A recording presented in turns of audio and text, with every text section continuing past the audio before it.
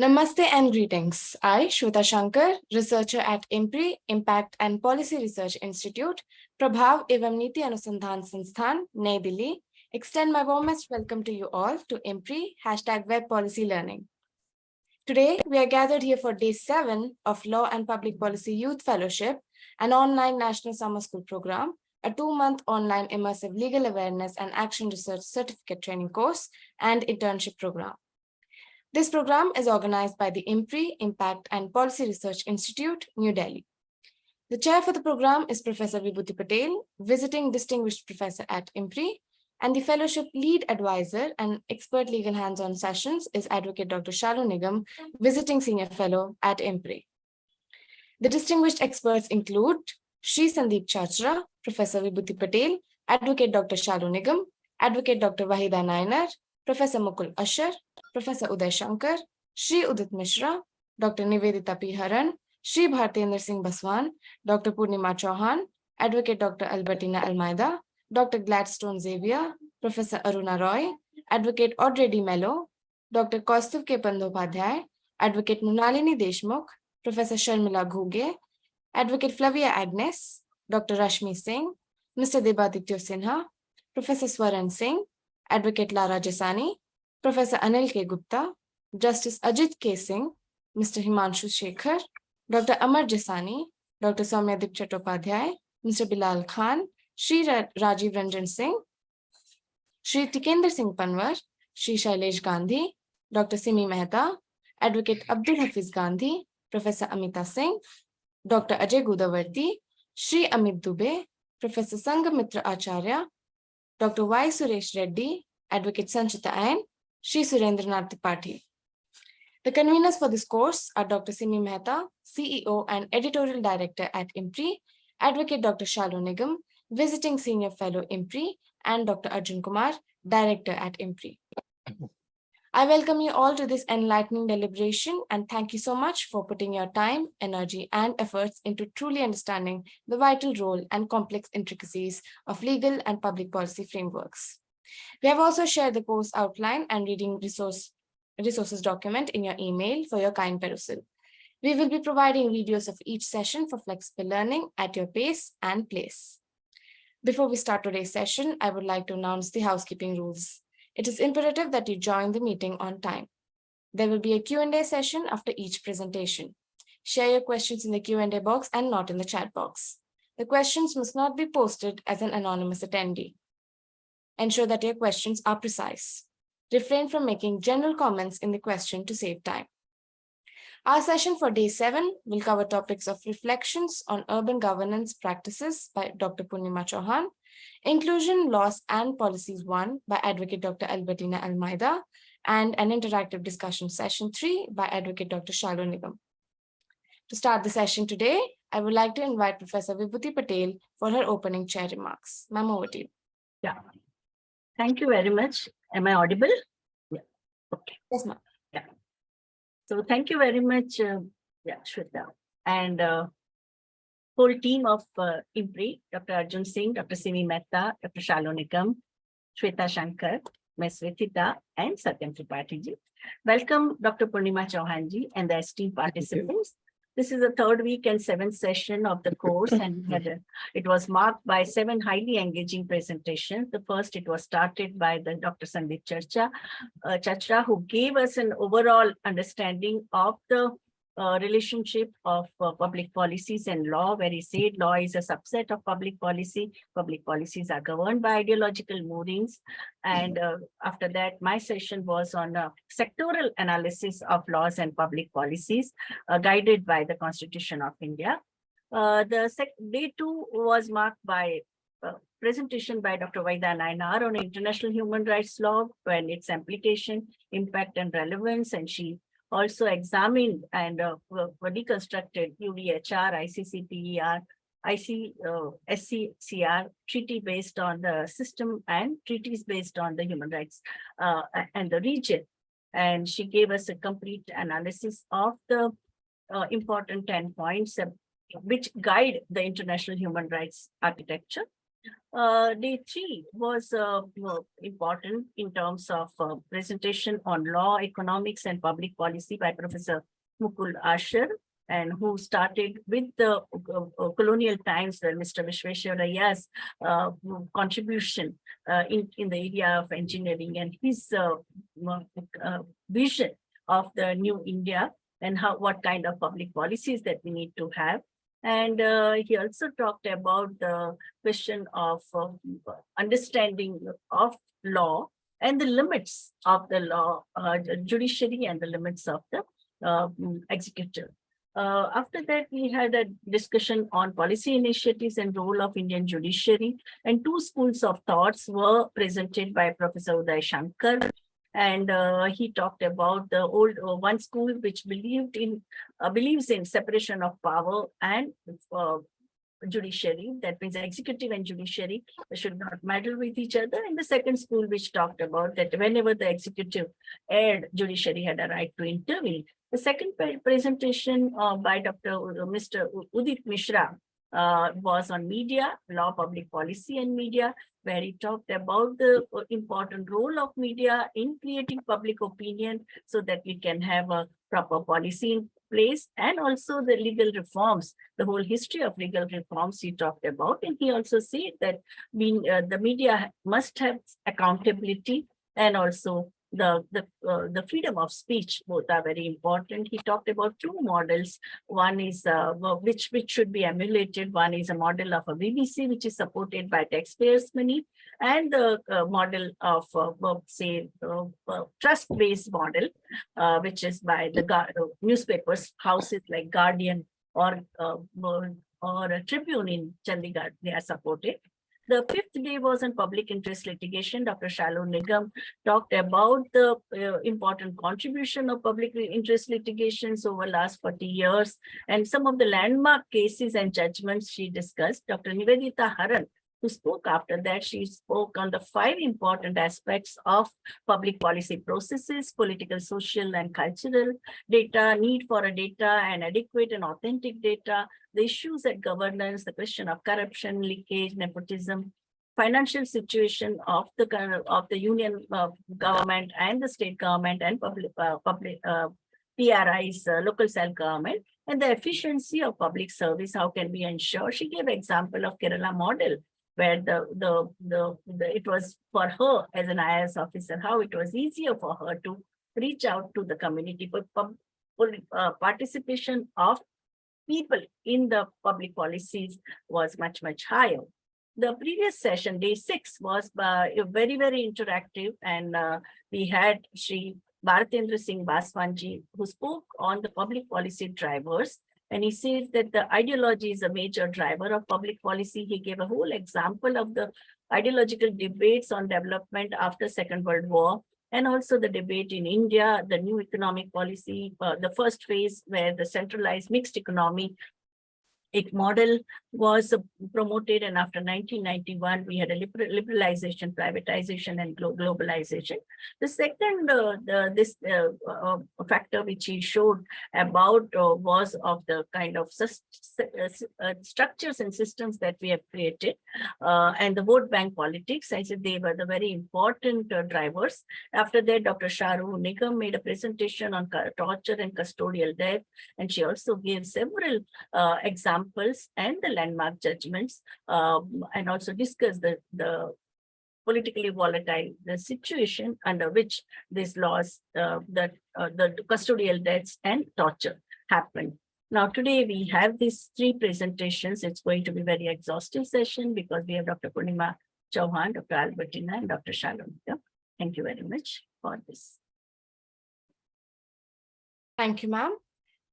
Now we have the session by Dr. Purnima Chauhan, who will be taking the session on the topic Reflections on Urban Governance Practices.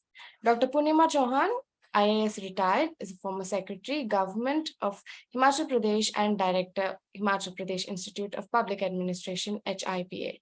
A very warm welcome, ma'am, and over to you. Thank you so much, Shweta.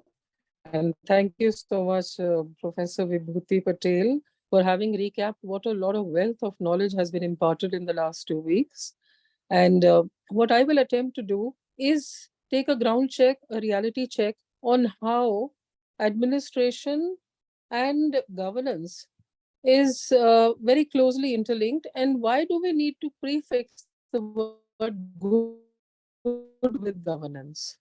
Governance per se should mean that it is good. But today we need to do that because, as Alexander Pope said, for forms of government, let fools contend. Whatever is best administered is the best. But we can't just leave it at that. There are many, many different experiments which have happened over the years.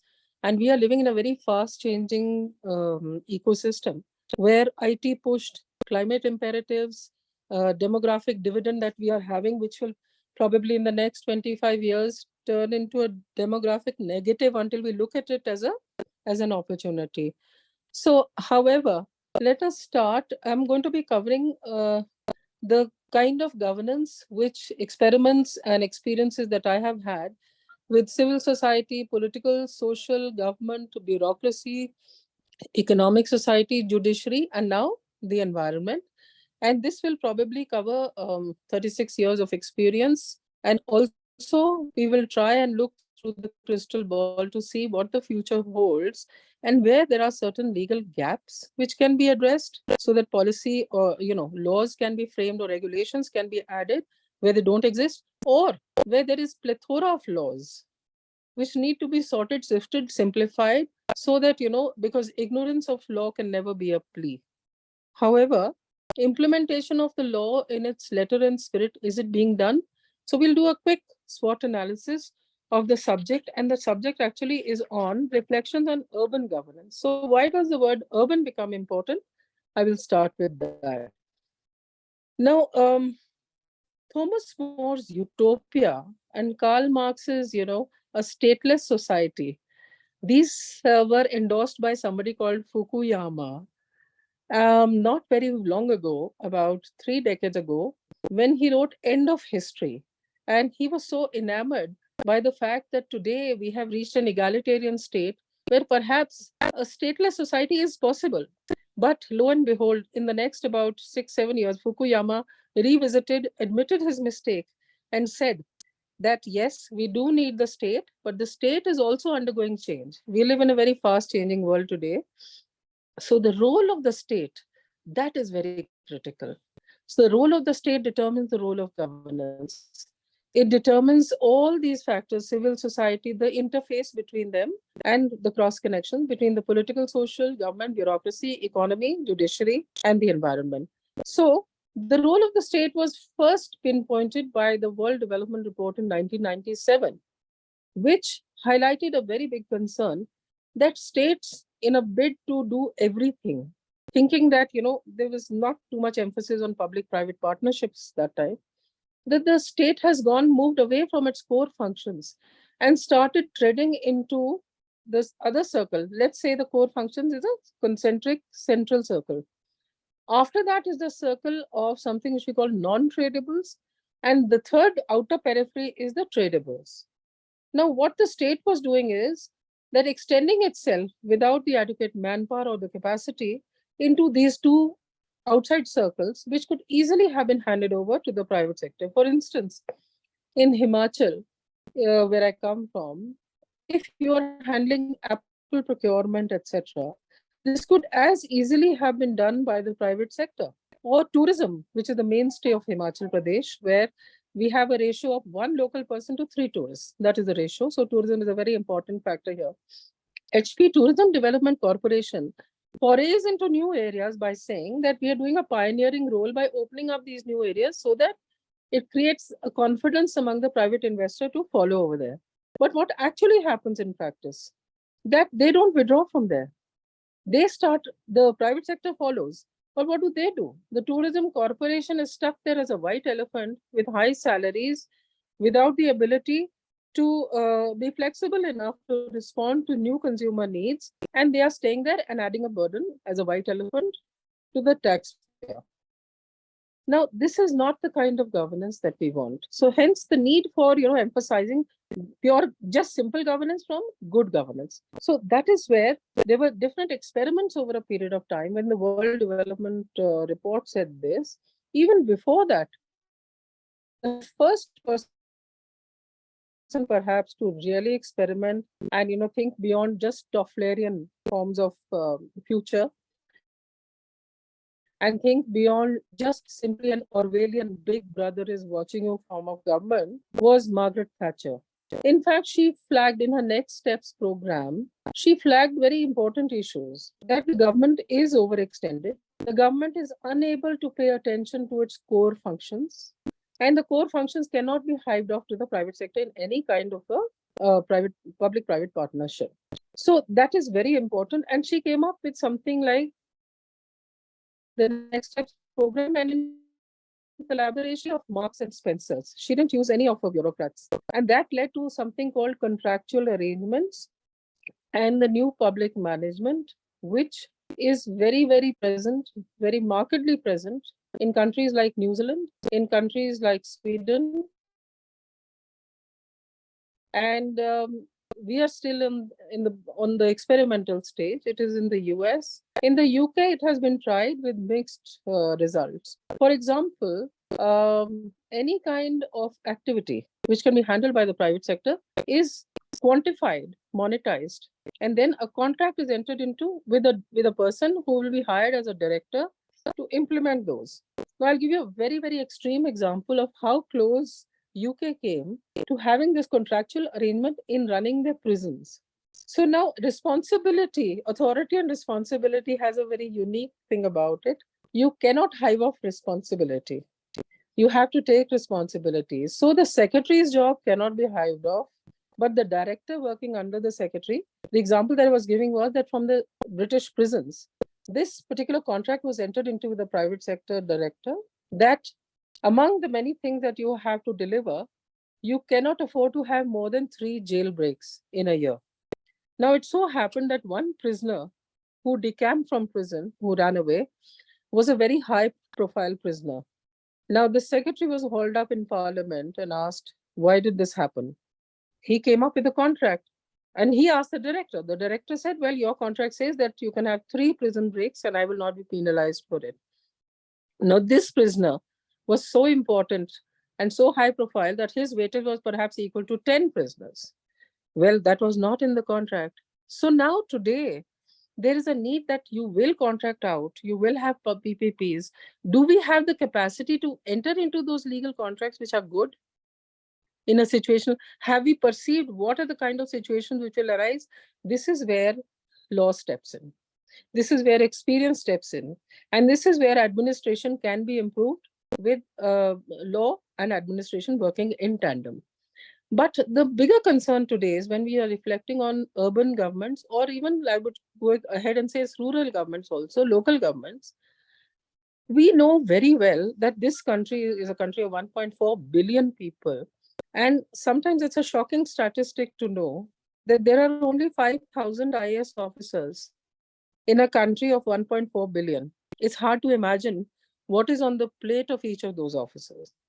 And I'm not saying that IAS is the only cadre which runs the government, but the country is also run by many others, but the capacity is totally inadequate.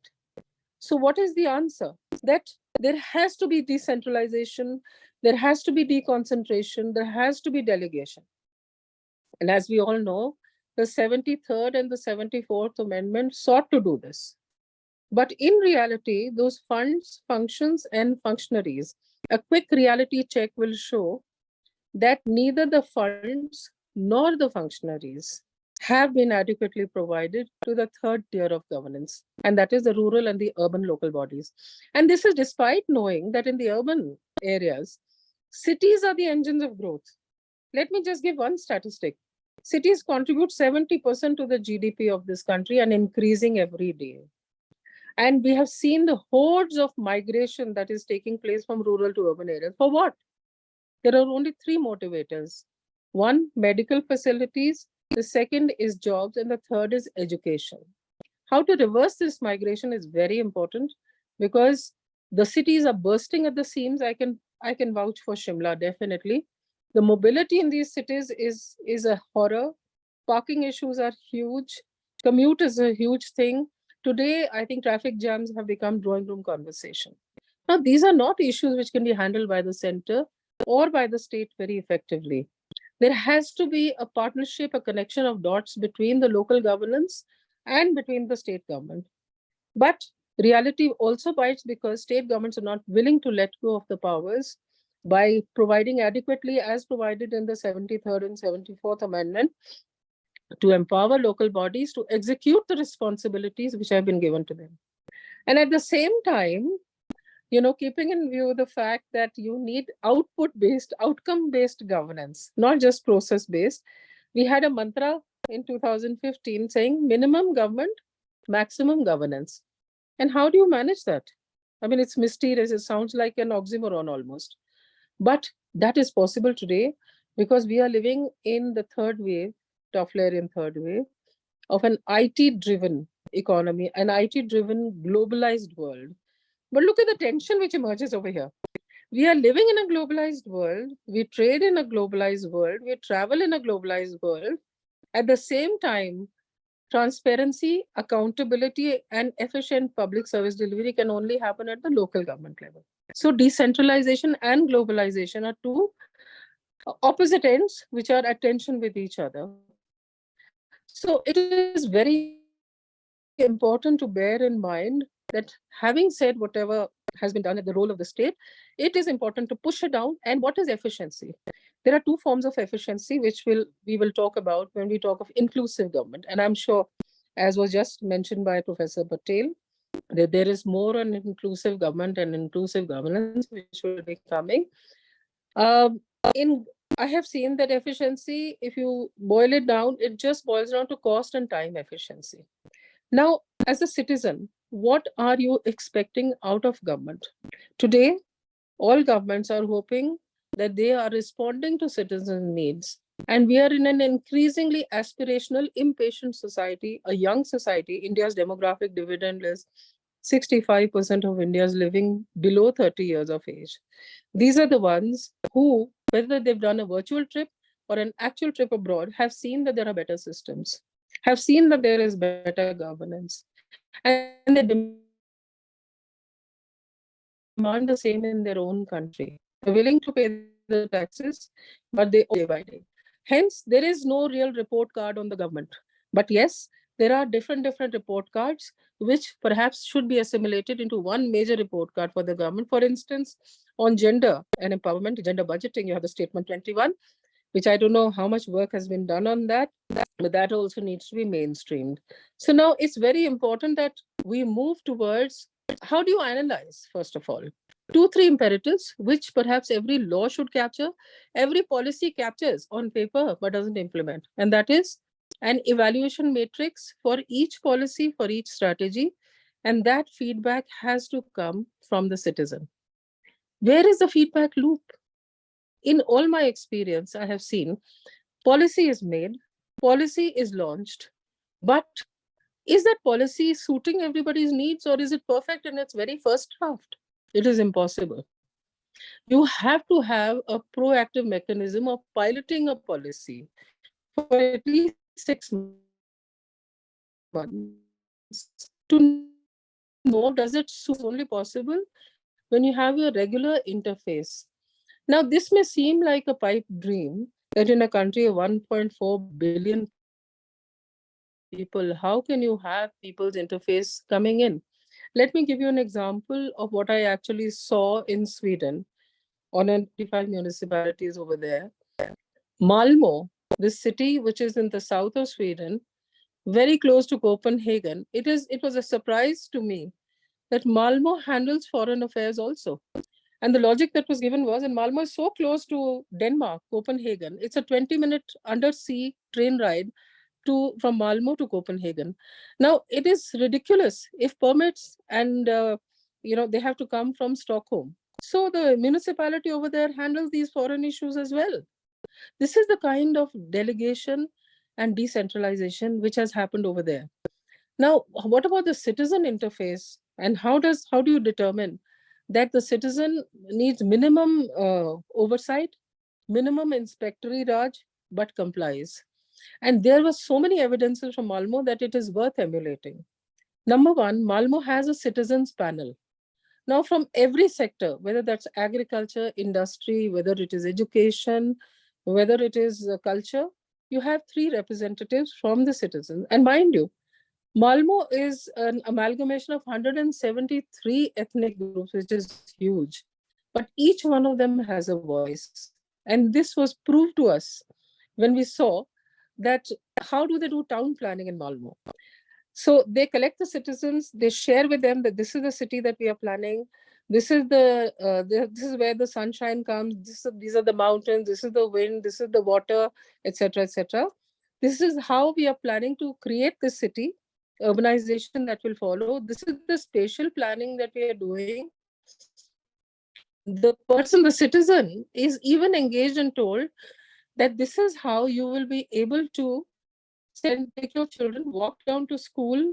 You will be able to drop your garbage. You'll be able to buy your groceries and then come back home walking. You don't need to use a car. So into every sector and every development action that they do.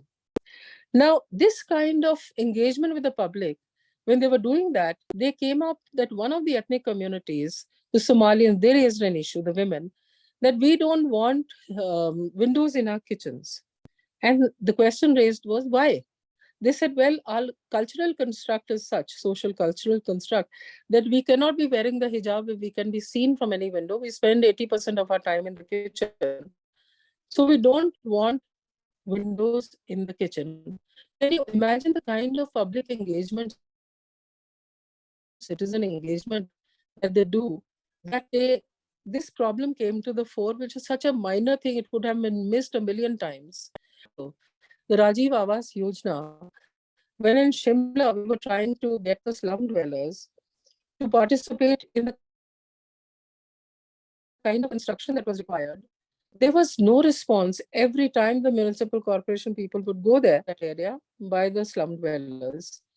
And this, we came up against a complete stone wall. And then I said, just show me the composition of the committee of the slum dwellers. Interact. And it emerged that there was not a single woman on that committee. The moment we got a handful of women on the committee from amongst the slum dwellers, the house design started happening and they were absolutely useful to the slum dwellers. And then participation increased. And we were actually awarded by the government of India for having mainstream gender concerns into Rajiv Awas Yojana. Now, that is the kind of experimental governance. That is a kind of proactive feedback loops which need to be addressed to make sure that if the administration is good, it is listening, it is hearing people's voices, it will obviously reduce the kind of litigation that people have to resort to when they are not heard. The other thing that such a proactivity does is that it increases the level of trust in the governance. And that is called good governance. And that is called reduction of trust deficit. Again, while hearing the World Values Survey analysis, B. Puranan, who's the Secretary General of the World Values Survey, she came up with an analysis and a scatter diagram in a graph, which she told us we are venturing into very dangerous territory. I'm going to be talking about what is the defining characteristic of each country. So we were very interested, and we were in a group where there were about 6-7 nationalities represented. So all of us Indians, we said, okay, let's see what is the defining characteristic of Indians. And when she said, it is trust deficit, we were up in arms. We said, your survey is wrong, your indicators are wrong, your benchmarks are wrong. But she convinced us that they had done due diligence before coming to these conclusions. And that is the time we realized that when we have a huge laws, archaic laws, obsolete laws, laws being sifted and sorted all the time, it is because of trust deficit, also because of lack of weeding out old statutes, not replacing them with relevant laws, leaving out gaps, not connecting the dots. There is a maze over there. And that maze is so huge that today, criminal cases which are pending over 3 decades, in all forms, the case backlog is 35 million. 28% of the 250 million Indian households are in court. The pending cases for more than 10 years is about 1,200 in the apex court, 7,80,000 in the high courts, and more than. Does this infuse any kind of confidence in the public? So the estimate is that the reform of India's legal system could enhance the GDP by 1.5%. This is a 1993 paper. Perhaps there would be more information on this.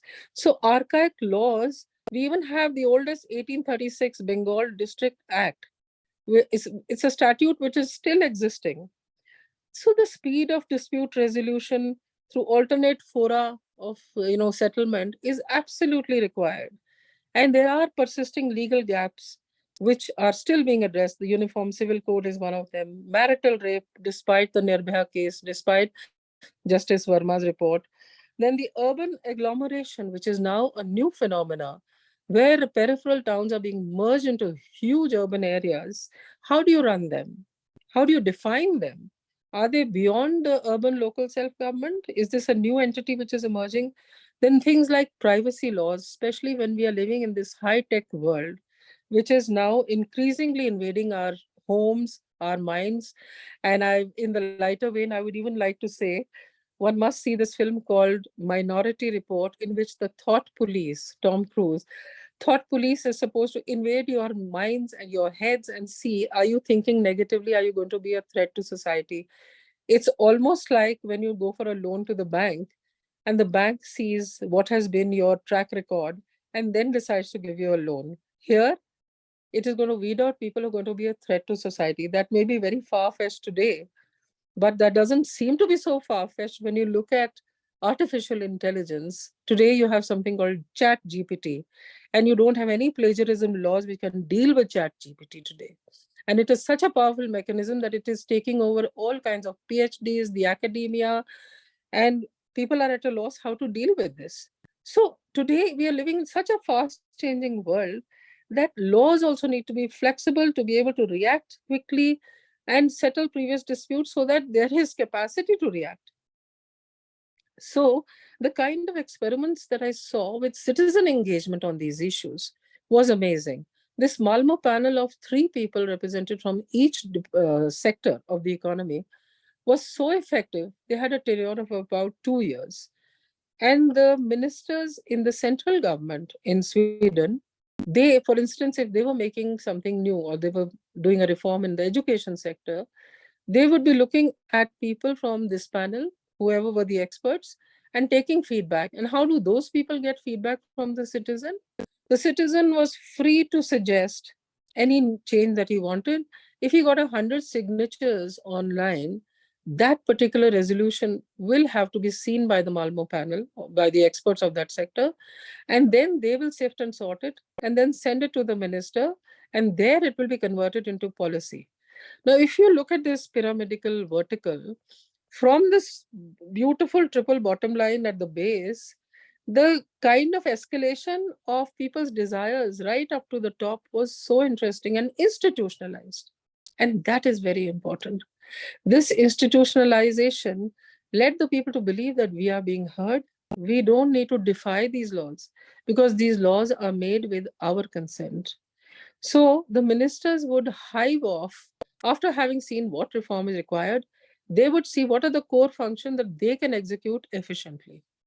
What are those which can be handed over, monetized, quantified, and handed over in a contractual arrangement to directors? Now, those are very expert directors whose contracts are worked out diligently. These are legal contracts. And what was surprising, we have something called policy paralysis in India, which is very frequent. Every 5th year when the government has to go to elections, the 4th year, there are SOPs coming the way of the citizens, and the citizens wait for all kind of irregularities to be legalized, regularized. That is not the way Sweden functions. Sweden government has a tenure of 4 years. The directors who have to execute policy which is ongoing have a tenure of 6 years. And they cannot be removed unless it is a process which is akin to impeachment. Can we take a leaf out of Swedish books or the kind of governance that they have? Because they have absolutely put an end to policy paralysis, put an end to the kind of SOPs that can be handed over, and made elections a much more fair entity. Now, and that is why government goes on. administration goes on, governments may come and governments may go. And this is one of the lessons we could learn. The other level of compliance that we saw when we were taken to the CSAV solid waste management plant in Malmo, which is again one of the world's best. And when we asked the managing director there that what is the capacity utilization, we were shocked to know that they were functioning at 98% capacity utilization. And yet this man is saying, he's telling us, oh, we have a lot to achieve yet. All of us were absolutely taken aback. At 98%, you would probably be handing out sweets to celebrate, not to say that you still have a long way to go. So we said, why do you say that? He said, well, we still have 2% to achieve and we have the capacity and we are into profits. But since our nature of our work is such, we are not supposed to make profits. So we reinvest all that we earn into making better and better procurement of waste because we see waste as a resource. Now that brings me to a very important thing called resource utilization. But I'll dwell on this one a little more. So this MD from the CSAV plant, when we were querying him on how the plant runs, the first major issue that emerged was there was segregation of waste in every household. And that is why when I talked of the spatial planning in Malmo, where they took into account that the husband or the wife or whoever is the inmate will have to take the garbage out, will have to drop the child, will have to buy the groceries and then come back home quickly, but should not use a car. They had integrated all that into their spatial planning of towns, lanes, and the city itself. Now, having done that, made life so easy, the quality of life was guaranteed to everyone. So the trust deficit was removed. There was so much. So this gentleman, when we asked him, we said the entire mainstay of your plant is based on the fact that there is household level segregation, which we have not been able to achieve despite our best efforts in India. But supposing somebody doesn't comply with this, then what do? What are the penalties for that? Now, I thought that we had asked a very intelligent question. It so emerged that he said, I can't understand your question. So, just a minute. So when he said that, I thought maybe language is a barrier. And he said, so I asked my interpreter that can we repeat the question for his benefit? He said, but I can't understand the question. Why will somebody not segregate? So that is the time we understood that entire segregation policy, everything and its implications, its benefit to the citizens had been discussed with them. So they never had a law saying that there are penalties for non-segregation. And this is not very long ago. I don't know if things have changed in the last 10 years when I saw it, but I wish that we could say the same of our urban local bodies, because solid waste management, urban mobility issues, traffic congestion is adding 14% to the greenhouse gas emissions. We are combating these in almost every city in India. And especially in tourist places like Himachal, we have almost given up trying to find a solution. So it brings us to the resource issue. When we look at, they were looking at waste also as a resource. In fact, that MD said, we are thinking of procuring waste. We are already procuring from all of Europe almost. We are thinking of buying waste from China to be able to achieve that gap of 2% to reach 100% capacity utilization of this plant. That is the kind of dedication. That is the kind of governance. That is the kind of implementation that is needed. And believe me, in my 1 year abroad, while I was doing my master's, I never had to look for an administrator to resolve my problems. Even as a foreigner living in Manchester, all my issues, personal, social, everything was sorted out at the local level. There was just no need to look for the SDM or the DC anywhere. Now, this is exactly why there is hardly any rent seeking, there is hardly any corruption, and people know the trust grows, the compliance grows. So we are trying to have improved equity and access by having a more digital world. So Digital India since 2015 has been in place. The government of India is now trying to provide BharatNet network to everyone, but there are many areas which are still not connected. India is one of the few 4 or 5 nations which is launching Industry 4.0, Industry 5.0. It is emphasizing artificial intelligence and blockchains. These are all game changers. But at the same time, let us understand that our economic layers are so many that governance is a huge challenge, very unlike these smaller countries where perhaps the layers are not so many, economic layers are not so many, aspirations are so different. And in this country, where the huge middle class, which is equal to the size of Europe, is the one which can push for reforms, is the one which is a game changer. And yet, the inequality report of Oxfam says that 70% of wealth of India lies with 1% people. How do you deal with this skewness? How do you deal with this resource skewed? How, I mean, you look at the Human Development Report, and the Human Development Report of the UN clearly says that Economic Development Index is not enough. It doesn't give you the skewness in the where is the wealth parked. So the Human Development Report, which seeks welfare for everyone, emphasizes only two sectors, and that is education and health before anything else. And what is the reality over here in India? Our health sector, our ranking is 179th as a country out of 189 countries. We are right at the bottom of the heap. So, what is the budgeting for health? 1% of the budget. And it's shocking that despite COVID, the budgeting for health has gone down. What can urbanization, what can urban local bodies do about this? The requirement is a minimum 3%. And where are we? At 1%. And what is the minimum in developed countries? 9%. 9% of the GDP. So we are very, very far from having achieved even the minimum, even the basic requirement, average requirement for India. So this abysmally low budget allocation, it doesn't help the Human Development Index. And when we look at what is the out-of-pocket expenses on account of this low budgeting, government provisioning of health is very, very low. So an Indian citizen averagely spends 60% out of pocket on medical treatment. And many of them, despite Ayushman Bharat, they cannot access health insurance. Today, there is a huge bid to cover everybody, which is very good. But at the same time, the private sector thrives because all the countries which have an excellent health cover, including the Scandinavian countries, have a ratio which is called the 80-20 ratio, which means that 80% health cover institutions staff is provided by the government. So where does the private sector have room to compete? They only have room to compete in the 20%. So what do they, to compete over there, they try to give the best services at the lowest cost. Look at India, it is exactly the reverse. It is 20-80. 80% is left to the whims and fancies of the private sector. And this is where, is the government listening? Is the government reflecting its concern in the budgeting? Look at education. Only 2.9% is budgeted versus the new education policy launched just 1.5 years ago, which says that you need at least 6%. Now, how do we combat these issues? So, walking the talk, are we doing it? And then we look at the third tier of governance, that urban local bodies will correct this. Certainly not.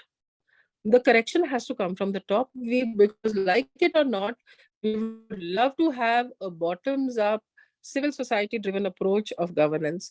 But unfortunately, it is still top down. Robert Chambers talked about it and militated against having just a top down. But decentralization cannot function in a top down approach. It has to be something, the concerns have to be taken up, and the concerns have to be reflected in budgets and reflected in the kind of allocations which are made. So that is why it is not surprising that in India, every fourth person who's slipping into poverty is an Indian. Out of 5 people, every fourth person. So this data tells its own story. This data tells the fact that we are not putting our resources to the best use. When we talk of the sustainable development goals, we want to say that we are going to achieve them even before 2030, which is the deadline for the whole world. But are we really there? These are the two sectors which are telling you we are very far from it. And then the other third one is that women, for instance, gender, we are not simply correcting inequalities of many centuries. Today, there is enough data, there's McKinsey's report to show that if India works towards having gender parity especially in the rural workforce, which means you are aiming towards 50% women in the rural workforce. And currently, we are having only how many? We came down, while the economy was growing at a rate of 7%, women's participation in the rural workforce in India was decreasing from 35% to 27%. That's a shocking decrease. And when I drilled it deep, and I found out that this is not a phenomena which is prevalent in our neighboring countries. Even Pakistan was better than us. Bangladesh was better than us. Myanmar was at 74%. It is shocking that why are Indian women not getting more and more opportunities to participate? And what will it do? Why should Indian women or any women participate more and more in the workforce? This is a resource. It is a resource which is not being optimally utilized. And again, without going into details because time is short, McKinsey's report clearly says that India's GDP, which at the rate of business as usual would have grown to 16% in the next, say, 7 years or so, will grow at a rate close to 50% if we work day and night and center stage mainstreaming women into the economy. Now, with that statistic, it is not only women you're benefiting the entire economy. So all these data points tell you that data tells its own story. And data is the new oil. And can we have governance which is not data-driven? Professor Vibhuti Patel mentioned, someone else had also talked about data. And data definitely tells you where the interventions, solutions should lie, where should the money be put where your mouth is. Should it be carpet bombing, allocation of funds? Just one example from Himachal Pradesh. Now, anybody coming to Himachal, they see how empowered the women seem to be. And the sentiment analysis is that there is no gender issue in Himachal Pradesh, which is far from the truth.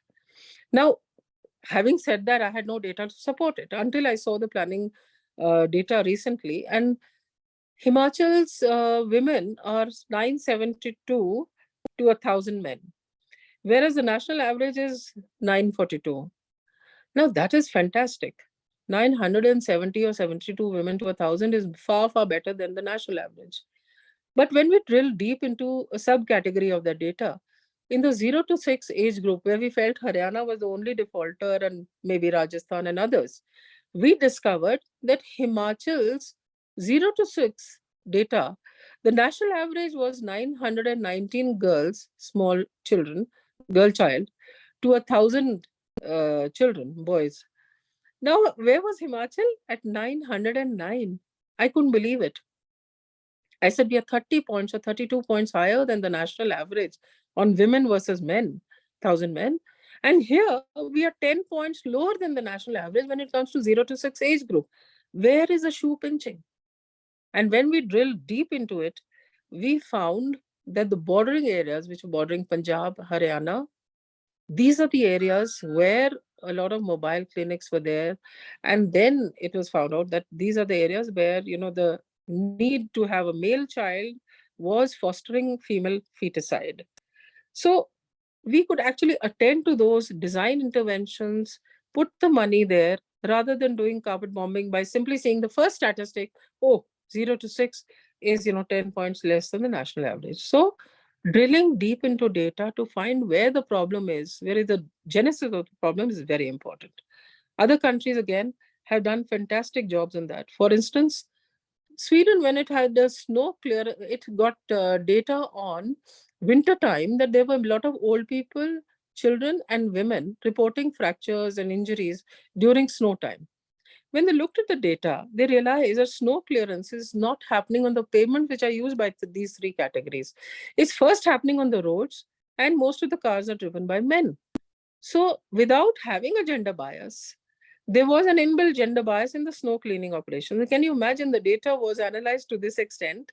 And then the simple solution that came out was that, okay, let's clean the pavements also simultaneously with a smaller snow machine. That is how simple the solution can be. And there was no gender issue which was anticipated. It emerged. So when you do data analysis, but data has to be gathered. There has to be a protocol of data gathering. There has to be a law about it. Where is the law? So sustainable. So when we decided that in Himachal, we must have something called evidence-based policy making. So as an administrative reform, what we did was the State Good Governance Index, which was run by the Public Affairs Center, Bangalore, they approached us and they in fact gave us an award that Himachal is doing the best among 12 smaller states. So we got an award in 2017 and 18 for being the best governed state on in 2017, it was on 80 indicators. And later next year, it was on 100 indicators. Sort of 12 smaller states, smaller meaning less than 2 crore population, which included Delhi also. Himachal was doing the best. So we were very happy. But we didn't rest on our laurels. We promised them that we would drill and find out which district was contributing to this performance. And so we started doing something called the District Good Governance Indicators, which took 3 years to do. It was a lot of work. Despite elections happening, despite DCs being changed, we continued working on this reform. And today, Himachal boasts of a District Good Governance indicators. And they were initially 45, now they are 75. They were initially just 14 departments, I believe. Double the number of departments are involved now. And today, each district is racing with the other one to prove that it has come first, because the government has announced an award of 50 lakhs for the first district coming first on DGGI, District Good Governance Index, 35 lakhs for the district coming second, and 25 lakhs for the district coming third. And I count it as a personal achievement because 3 years I worked relentlessly to get this index in place. And what is very heartening is that Niti Aayog has started work on this in 2018, whereas we already finished it that time. And this is something which we would love to share with everyone. Now, we are today trying to live the goal, sustainable development, overarching goal of leaving no one behind.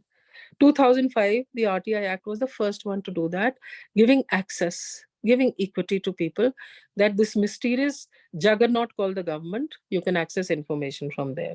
And you can have penalties imposed on those who are not giving you information. Now, what was missed out about 6 years later, in 2011, was another rights-based regime, and that was the Public Service Guarantee Act, or the Right to Services Act. Unfortunately, it seems that most states have it. And Bangalore, Karnataka actually got the Sakala Prime Minister's Award in 2012 for Sakala, meaning in time. What is the PSG guarantee? States have it, but how many citizens are using it? The Public Service Guarantee Act only ensures that any department which is notifying its services to the public will give them in a certain time. And if it doesn't, then there is a provision for appealing. And if that appeal fails also, the second appeal lies to the State Information Commissioner. And that commissioner can impose a penalty on the person who has not given that particular service. Despite knowing all of this, there is very little trickling down of this information to the citizens. Governments are reluctant to notify these services because they know that the penalties will come or be imposed on their own officers. Now, the PSG Act, what we did in Himachal was double the number of departments, double the number of services being given to the people, even tried to have QR codes for 6,000 points in Himachal Pradesh, in all the panchayats, in all the subdivisions, and of course in all the Sugam centers in the district, so that people know that this is a right. Unfortunately, it has not really acquired that kind of citizen involvement as it should have. There is another arena in the urban areas, which is urban sanitation. An architecture was created by the 13th Finance Commission. And the 13th Finance Commission decided that we will have something called service level benchmarking. And that is in the urban solid waste, urban water, urban sewerage, and urban stormwater drainage. This architecture was imposed in all urban local bodies except the lowest level, all over India. States were made to certify that they will abide by this, and then they will get special grants. Today, I notice that unfortunately this fantastic architecture is lying in shambles. So it's unfortunate that the good things which have happened either should be codified or should be made imperatives. So this is where law should move in, or some sort of regulation should move in. I have always believed that whenever we initiated a reform and our tenures are so uncertain that we didn't know that who will take that reform forward and bring it to its logical conclusion. But I'm happy to say that many of the reforms we started, they have reached that. The last one that I want to share with you is that mountains have a peculiar situation where solid waste, from little hamlets, villages, and urban local bodies is very difficult to collect, is very costly to collect. So cost benefit today, and we are living in an era where resources should be costed. Like Public Service Guarantee Act is only giving timely services. It should graduate to giving quality services. It should graduate to giving cost-effective services. Ultimately, government can't be spending money on providing services which are very expensive or which the private sector can give at a much lesser cost.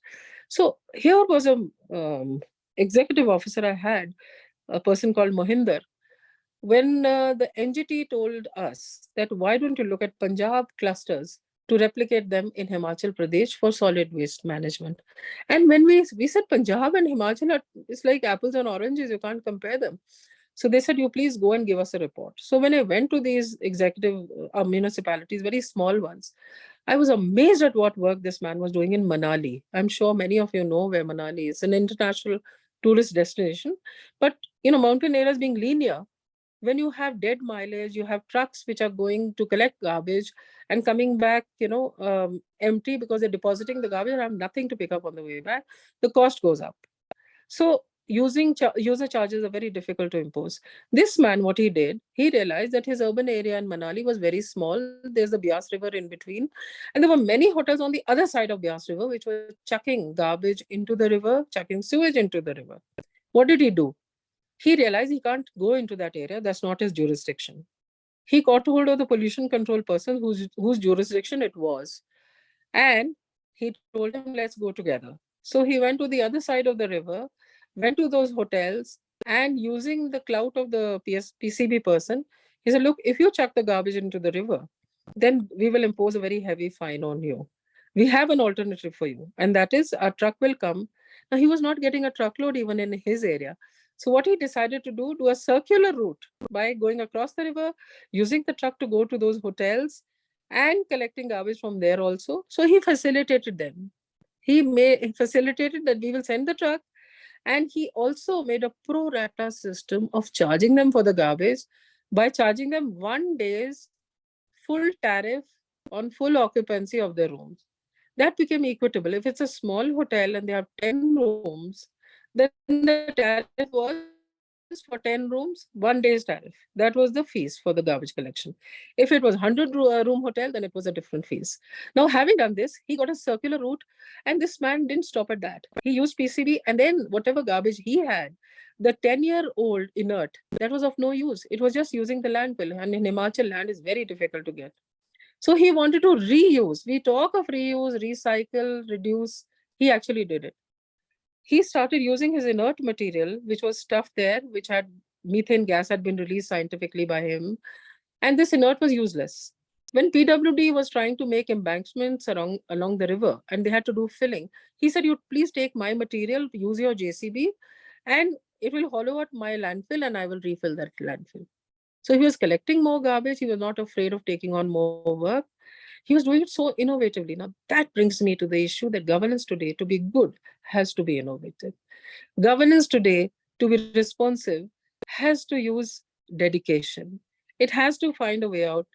As they say, if you can't hold the ear from here, you turn around your hand and hold it from the other side. Now, that is the kind of dedication which will transpire, which will address people's issues, which will infuse confidence, and which will definitely not even require the prefix good. It will be good per se because it infuses trust and it has automatic compliance.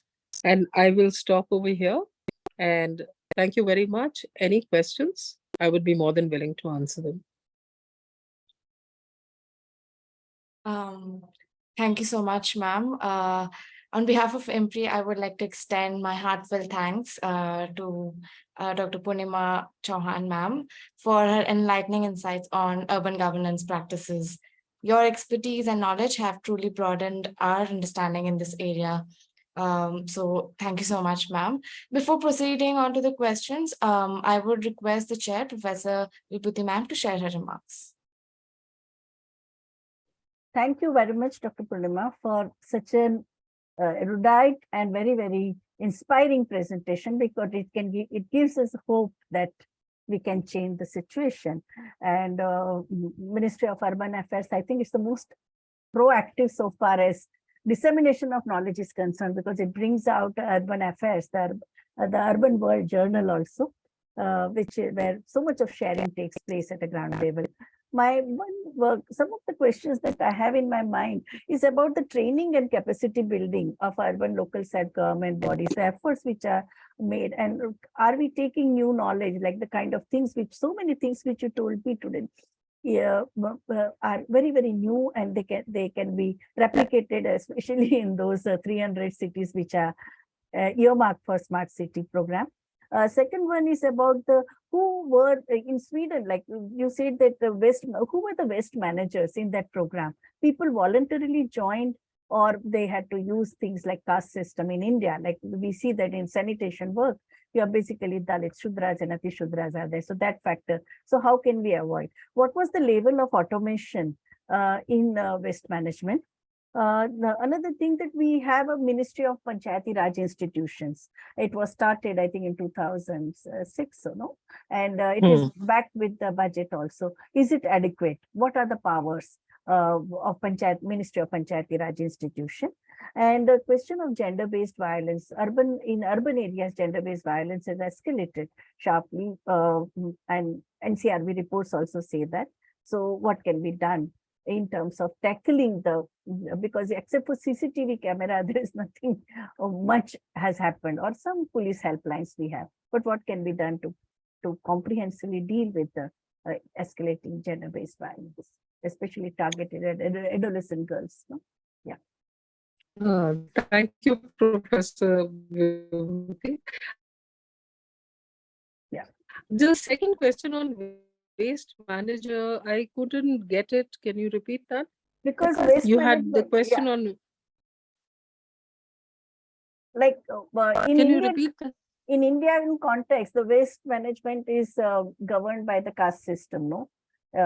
Mostly you find Shudras and Ati Shudras, Dalits in this thing. In Sweden, what was the composition, ethnic or national, the composition of people involved, the workers, employees, supervisors in the urban waste management? Is it the competitive wages which attracted them, or the level of automation which found that, and the level of respectability which the profession enjoys? Yeah. Right. So I'll try and answer all your questions. The first one was on training and capacity building of municipality. Now, this is a tragedy that we don't have an urban cadre.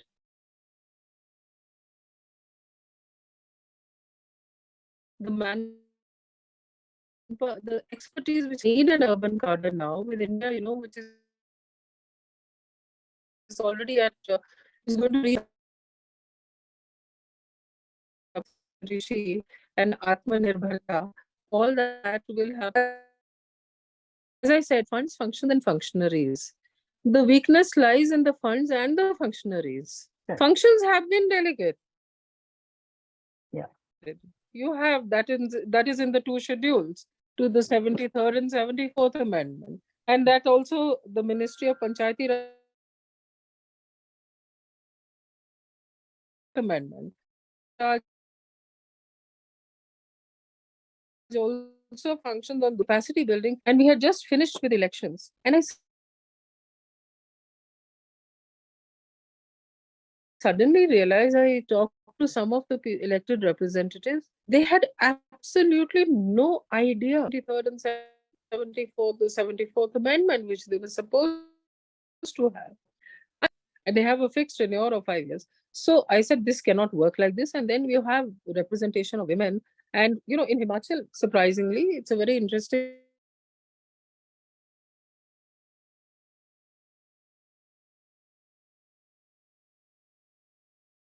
thing.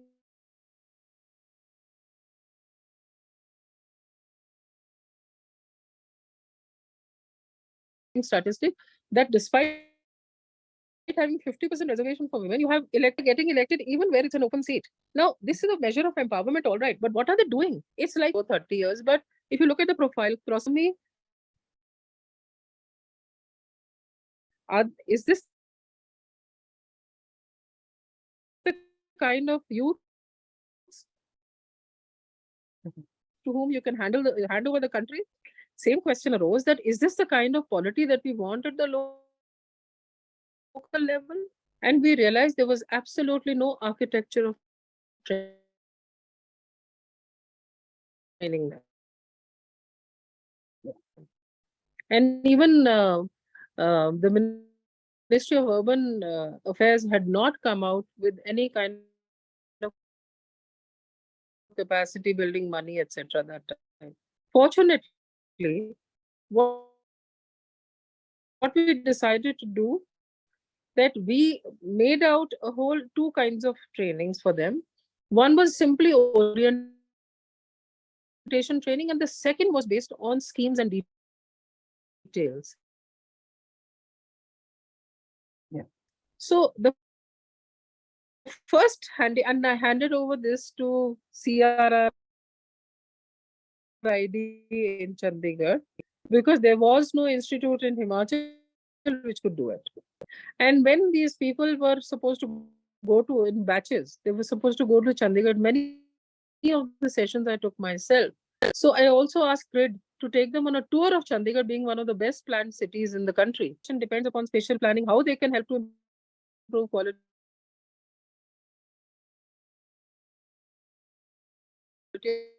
of life of people.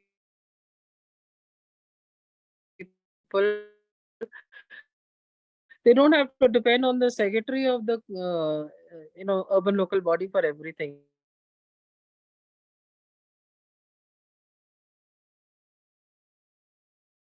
They have to have an understanding themselves, because after 5 years, they're answerable to the public at large.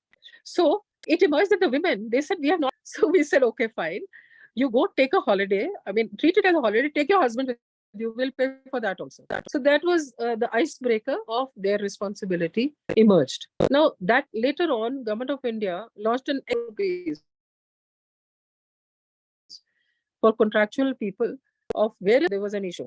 I remember crony capitalism and the kind of profile for that. Then you have, even the 13th line that you'll get special grants if you have accrual accounting. At the center, it is a kind of, how do you expect the municipalities to understand that? Easier, condense it to something understandable. We as IS officers, our tenure is so limited. Aap shuru kuch karoge. Whether it sees the light of day the way you had intended, you have to codify it, put it in a guideline, make it something which has a momentum and life of its own. So that is where training and capacity building is an ongoing, and in a fast changing world, as you rightly said, many of the issues I've mentioned, these should, and climate change concerns should be understood today. Artificial intelligence, how to use data, how to use technology has to be understood at the local level. Otherwise, we are not going to be able to do much. And that is where automation in waste management, by the way, artificial intelligence is being used to robots who can screen 6,000 pieces in a second or something like that. So we can use technology, and Sweden was not having, they had so much of involvement of people, they didn't need to have a police raj. They had maximum compliance that I have seen. That is why I feel that people living there are living in paradise. They've created that paradise. And gender-based violence is a very large issue, so I will not dwell on it right over here. But yes, it's a major concern. And because gender can add to economics, let us respect the fact that women have a role to play, which will benefit the entire society and the economy. I think we'll leave it at that. Thank you. Thank you very much. It's very, very inspiring. Thank you very much. Yes. My pleasure. Thank you so much, ma'am. In interest of time, we will be moving to the next session. The question by Rashi Soamji will be answered at the end of the program. So we have our next session by Advocate Dr. Albertina Almeida, who will be taking on the topic inclusion, laws and policies. Advocate Dr. Albertina Almeida is a lawyer and human rights activist based in Goa. Welcome, ma'am, and over to you.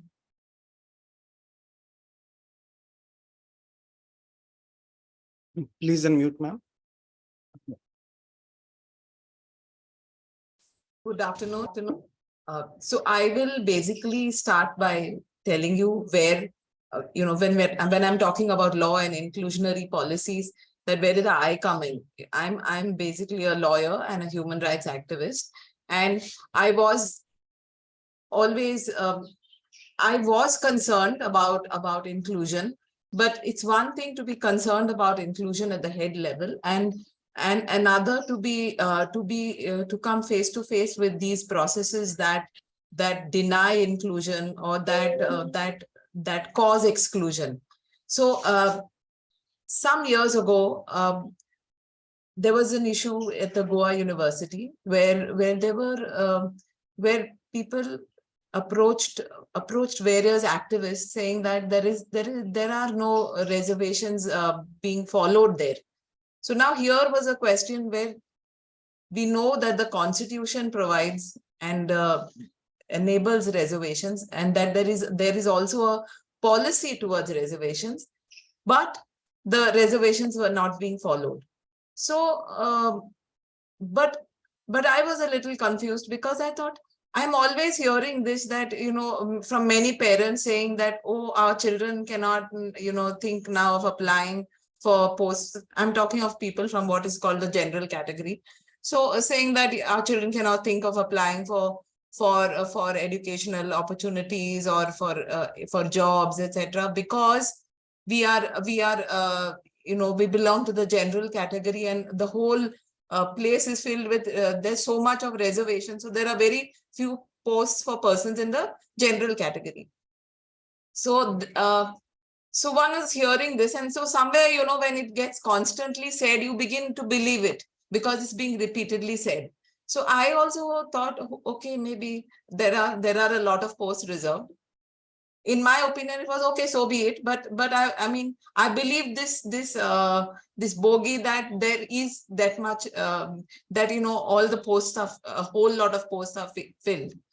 So so when people were coming and saying, okay, there's no we don't have reservation, there is no posts advertised, etc. So we began looking more deeply into it, and then we realized that in the Goa University, there were just like 3 or 4 people who were occupying from these from the particular reserved categories, who were occupying posts there in the teaching faculty, and even those had not necessarily come in through the reservations. So then we realized the kind of hype that gets created, and how privilege makes us create also this hype, because we want to retain our privileges. So that is when I also began, that was the beginning of my journey into understanding it a lot more deeply. And that is when I also began looking at, because then there were people saying, oh, reservations are mandated for 10 years, but they're still continuing them all by still. So now all these points were getting raised, and I thought I also need to understand this a lot more. And in fact, because of those issues that we were following up, we ended up forming the Social Justice Action Committee in Goa, which began to look at the issues of reservations on the basis of caste and ethnicity.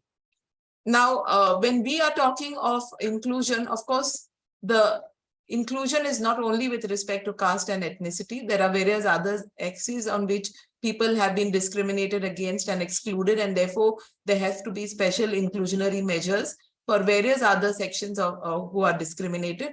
But I understand that this will be covered in other sessions. So my focus here is on caste and ethnicity. So I will begin with a little, I will now continue with a little presentation. Can you enable screen sharing? Hello? Yes, ma'am, please try. Yes, ma'am, it's visible. Yes, yeah. No. So let me just let me just begin with this quote about from Anatole France. It speaks about the law, because we often they say this reservations and inclusionary policies are opposed on the ground that means it denies equality to certain sections of society. But let me just pose it in, because there's no better way than the way in which Anatole France has posed it. His quote is, "The law in its majestic equality forbids rich and poor alike to slip under bridges, to beg in the streets, and to steal their bread." Now, for one, as you can see, who will be affected by such a law? Somebody who's homeless, because somebody who's rich does not need to slip under bridges, so it doesn't affect them. So there is a different result from what seems like an equal law for the rich and the poor. It's an equal law, but it has an impact on certain sections, and it has the effect of denying certain sections of their very right to life and livelihood. If they cannot sleep anywhere, if they cannot live anywhere, what are they expected to do? If they cannot beg, that means they have to starve themselves to death. So if they do not steal the bread because they do not have anything to eat, do they have to starve themselves to death? These are the questions that we need to ask. So therefore, what is seemingly equal may not be equal. In an unequal situation, you cannot have what is called an equal law on the face of it, in terms of de facto equality. Now, let me take you through, because many times people say, oh, this is a thing of the past, and now you do not have these situations. So let me take you through some narratives, which are surfacing very often through, even for example, through tweets. So take this one. Now, what does it say? One might think that being a media institute, one might think that being a media institute, so-and-so institute, is a progressive space. That, however, is not the case at all.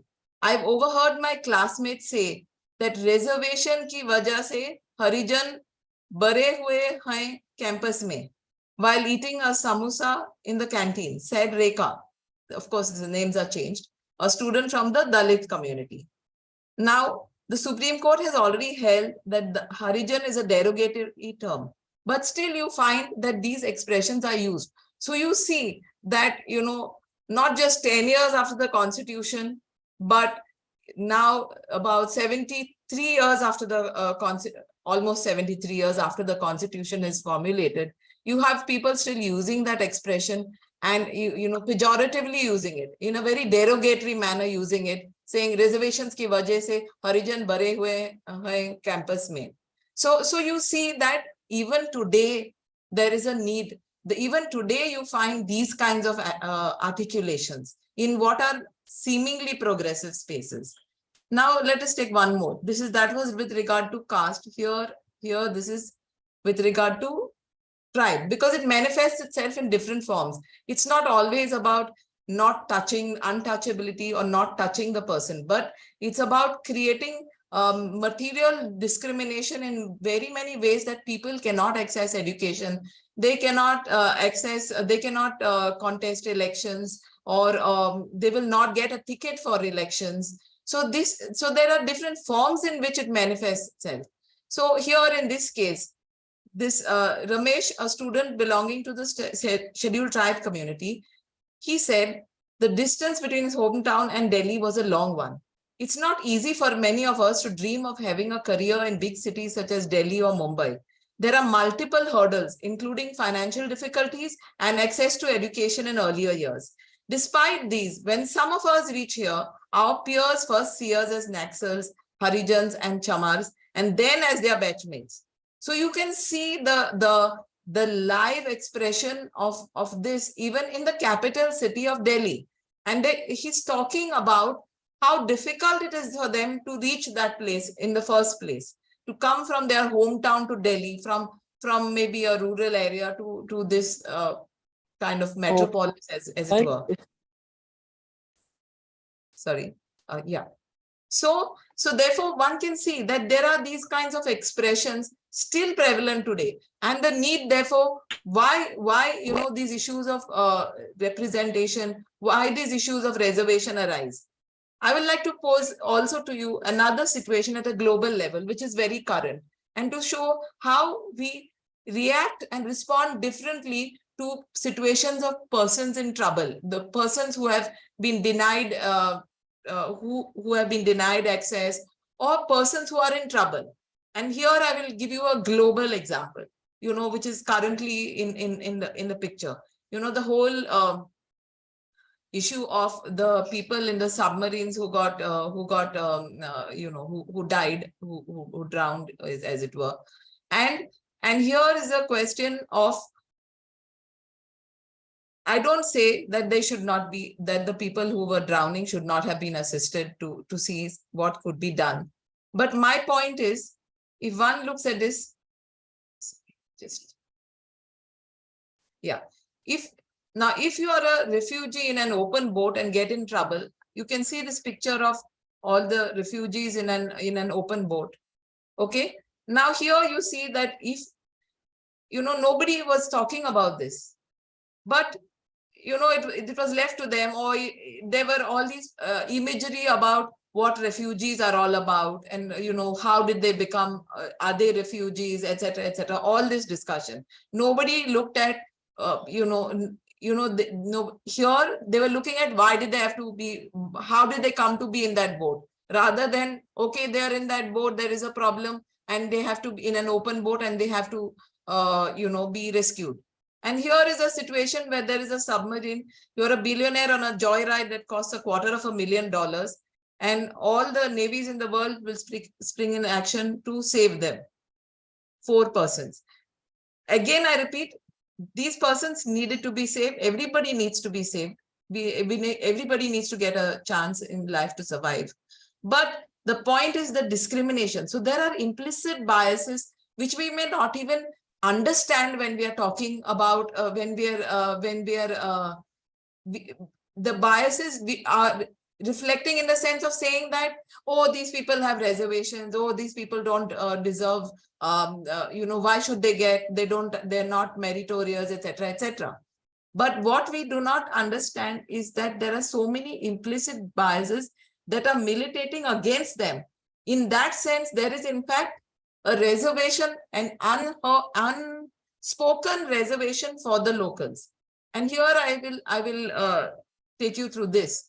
So as somebody rightly said, education was and is artificially reserved for dominant castes through entry barriers to the vast sections of lower castes. And here, the history of reservation. I mean, now one is talking of, negative reservation. Caste-based reservation in India started in 2nd century BC. In Manusmriti, the law book of Brahmins, all the laws were based on caste and no merit was ever considered. It divided people into high and low castes on the basis of their birth and not on the basis of merit. Wealth, political power, spiritual leadership, education, ownership of land, trade, and all lucrative aspects were reserved purely for the higher castes. So here you have an unsaid reservation. You had for all these years, you had an unsaid reservation for the dominant castes. So you can see from this that there are inherent prejudices. And it is for this reason that to set aside these inherent prejudices, there is a need for inclusive policies. Then again, let us look at the field of housing. Okay. When there was a study done by Mr. Professor Sukhdev Torar, and it has been quoted by Evita Das in an article.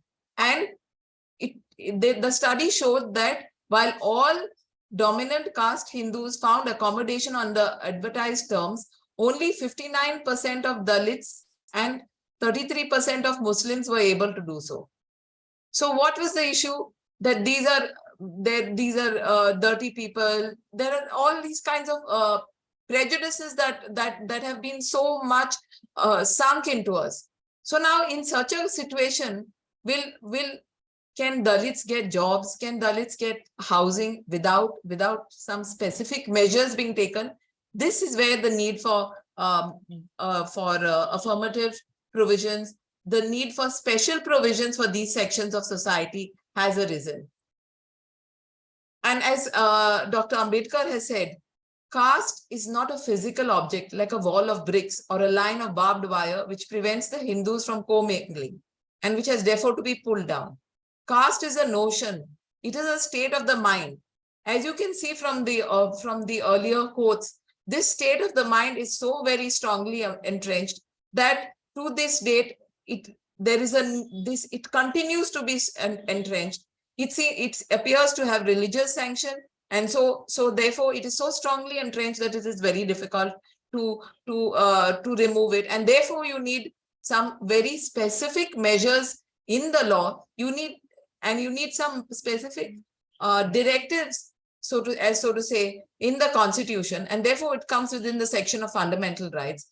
You need those measures to address these historical wrongs. We also find it in the field of, while we were talking of education, we also have found it in the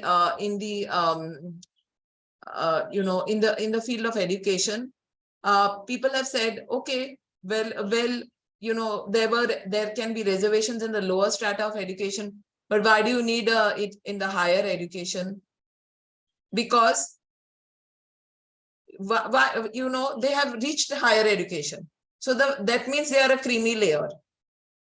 But we all remember the institutional murder of Rohit Vemulla, and it goes to show that by its very nature, even higher education presupposes access to a minimum level of economic, cultural, and political resources. Therefore, only those who already possess such resources can realistically expect to benefit from it. That is why the creamy layer argument needs to be made with care. If you do not have the resources, and you may not have the resources because of on economic grounds, but when on economic grounds accentuated by cultural practices that do allow you to access these resources, or that shame you into accessing these resources, and therefore it is not enough if that group becomes a creamy layer. Even after becoming a creamy layer, so to say, in terms of, let's say, economic access, let us say, there is this combination which works, which intersects to create a situation where people cannot automatically have access to higher education, like everybody, like what are called the general categories. So these are factors, again, that we need to bear in mind. There has also been the incidents of the case of the institutional murder, as they call it, of Payal Tadvi. Now here I'm just presenting to you, this is a representation that was made by, and just to highlight that there is something in that gatekeeping mechanism which regulates entry into higher education and makes it discriminate in favor of the upper and against the lower castes. Which therefore resulted in, there have been organizations, as I said, I belong to one of them, but there are organizations in different parts of the country and also national level organizations. They have been raising these issues. Here is a letter a representation that one of the organizations made. I'm just quoting an abstract on account of issues of time. It said, we members of the Jan Swasthya Abhiyan and Medico Friend Circle, national level networks working on public health, strongly condemn the institutional murder of Payal Tadvi, a young medical doctor from an Adivasi community who broke through barriers of social discrimination to become the first doctor in her family and the first woman from her community to pursue post-graduation. We demand urgent action against caste oppression and humiliation by upper caste senior doctors, which forced Tadvi to commit suicide. The rampant ingrained casteism and impunity in educational institutions must be urgently recognized and stopped. Now, this is something that has happened in this decade. This was just before a year or so, maybe before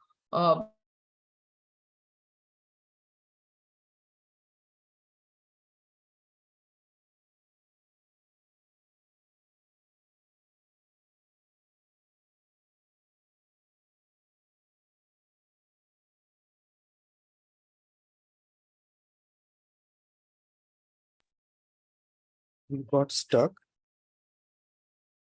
Can you hear us, Albertina ma'am?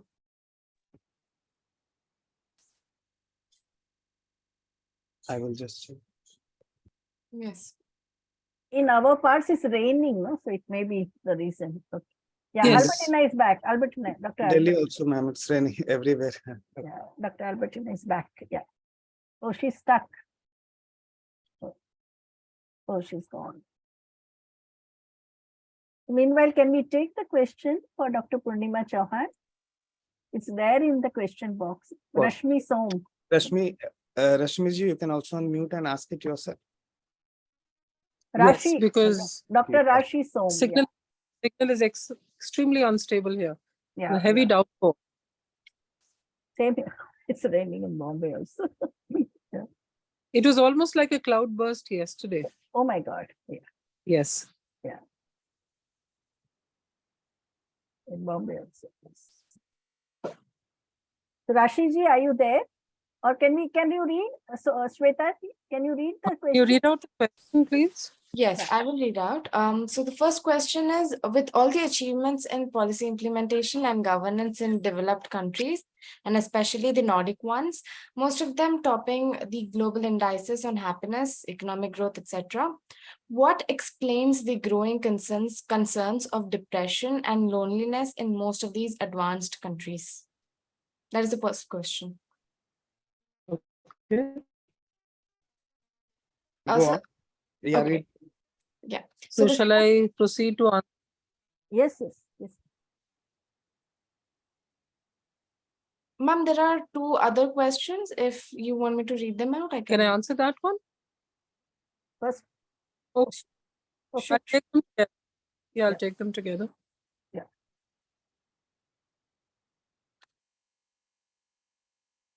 Go on, Shweta. Just read them out. Yeah. Next one. So the second question is, how can local governance help retain the plurality of collective living when it works along the institutional imperative of homogenizing for governance sake? For instance, institutionalization of forest laws displaced and disrupted the tribal ways of living. Third question. Third So question, can you repeat that? How governance? how can local governance help retain the plurality of collective living when it works along the institutional imperative of homogenizing for governance sake? Okay. Yes, and the third question, the last one, how does policy mediate between collective good and good for governance? For instance, on the question of uniform civil code.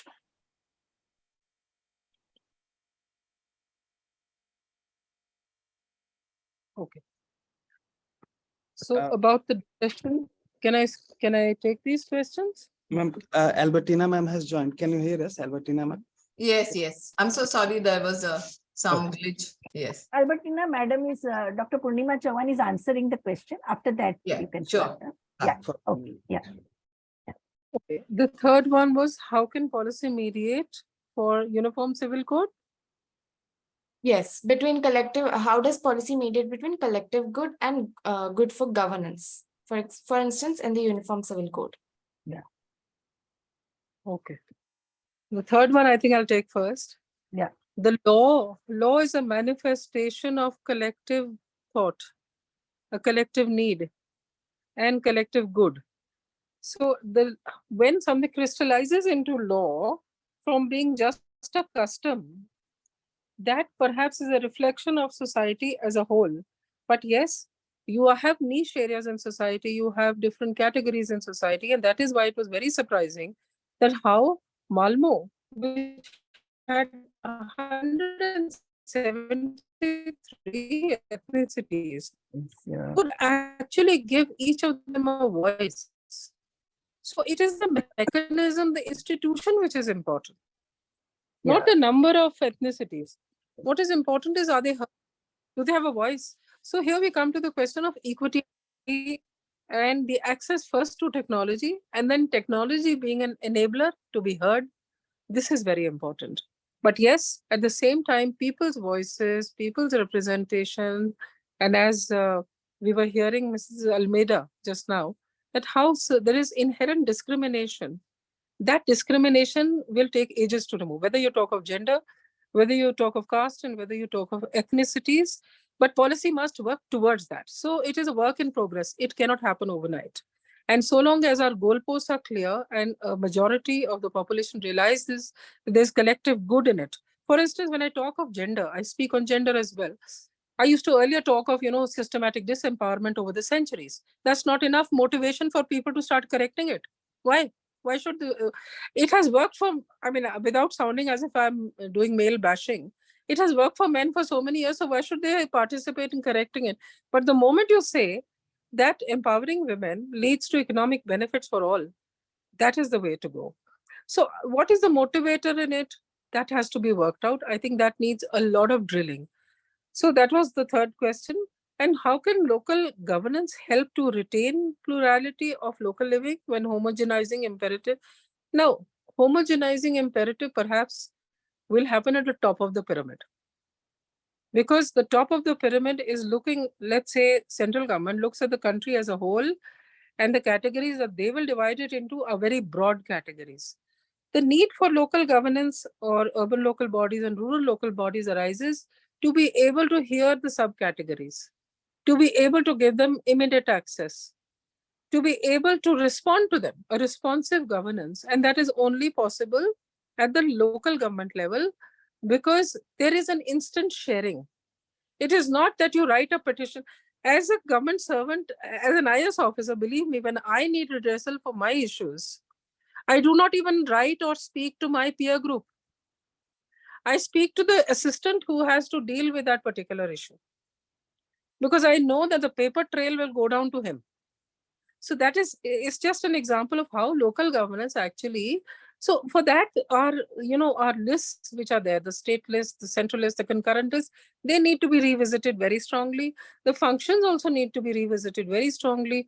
What can be given as the buck will stop at the local government and will not go to the state government. And now this is where the vote bank politics starts coming into play. If a local functionary can give you redressal, तो state government के MLAs को कौन पूछेगा? Now that is where the problem arises, and that is why power is not delegated, and that is why redressal doesn't happen. So the question of homogenizing or plurality will arise only when they're actually enabled to function, the local bodies, and that is needed. So that is a quality issue. Here we are talking of quantity and actually implementing the constitution. So depression and loneliness in advanced countries, I think, yes, that is a factor which is emerging in India also. The more and more, the breakup of the joint family, nuclear families, with women working also, who's there to look after the children? Yeah. So you're hiving off these services, and loneliness and depression is also causing a lot of stress. The happiness index is affected. Well, what the Scandinavian countries, their happiness index is still up. And that is because of the fact that they're very public minded, which we are not. Even a small thing like garbage, we'll throw it out of our house and chuck it outside in the street. That is not something. Can you imagine countries which don't even have, like in Japan, you go, you have a Coke or you have something, you carry your trash back in your handbag. That is the level of public minded, and they all agree to it. There is compliance because there is consultation. Now, the depression and loneliness is also because of the fact that people are living alone, and it's happening in India also. And we do need, I think, this is a growing concern which needs to be addressed. And this is, I guess, it's a trade-off of development. You can't help it. But then you have community works over there. I remember in 1 year in Manchester, we had something like, a student card. We were students there. So a whole 1 year student card where you could go in groups of people you don't even know, but they're going on a holiday on the weekend, they're going for picnics, they're going to gardens and other things. So you have a concessional card for the students where they can collaborate with people. So you're not lonely, you're not out alone. So to that extent, it depends also on how much push you give yourself to become part of a group, society, club, whatever. And that's important. That facilitation will come from civil society itself. Government cannot be everywhere. As I said, government has to function in its core areas. These are things that we can do ourselves. Thank you. I hope that satisfies your queries. Yeah. Thank you, ma'am. Advocate Dr. Albertina, ma'am, you can continue with the presentation. Thank you. Sorry about that. There was a glitch. Albertina, yours is in working mode. Can you make it in a slideshow mode? Because now the font size is small. Difficult okay. to read. Okay. Okay. Yeah. Yeah, just behind that, just beside that, there is no. Yeah, that. Yeah, Yeah. Yes. Yeah. And the keys are, ma'am, at the bottom below. On the left hand side, there are keys. Sorry. Right.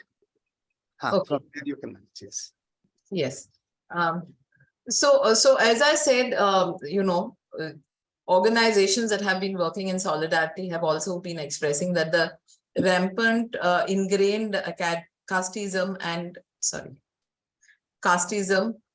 in educational institutions must be urgently recognized and stopped. And this is as recently as, it's all these are issues that have been coming up in this decade itself, just in the last few years. So there we can see that there is in fact an unseen and an unsaid reservation policy, which we need to address. Not all of it, I will say, can be addressed through the law or through policies of the government, but the law and the policies can play a key role in facilitating that whole process. So before we go further, I'll also look at, I'd like to take you through the historical background to reservations in India. Here, the idea of reservation and policy in India was originated with William Hunter and Jyotirao Phule in the year 1882 in view of the caste system and untouchability. Thereafter, there was a franchise committee constituted, and Dr. Ambedkar submitted to the franchise committee under the chairpersonship of Right Honorable Lord Southborough in 1919 that any scheme of franchise and constituency that fails to bring about representation of opinions as well as representation of persons falls short of creating a popular government. So he shows how very relevant the two factors are in the context of the Indian society. So not just it's about representation of opinions as well as representation of persons. And considering that Indian society is ridden into castes and religious communities. Now, each caste group tends to create its own distinctive type of like-mindedness, which depends upon the extent of communication, participation, or endosmosis.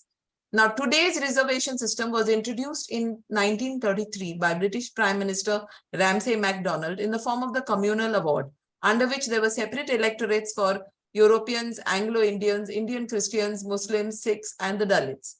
But as you all would have heard of the Pune Pact, where this system was withdrawn in terms of separate electorates. And on 24th September 1932, when the Pune Pact agreement between Mahatma Gandhi and Dr. Ambedkar was signed, was decided that for Hindus there would be a single elective with certain reservations for the depressed castes in it.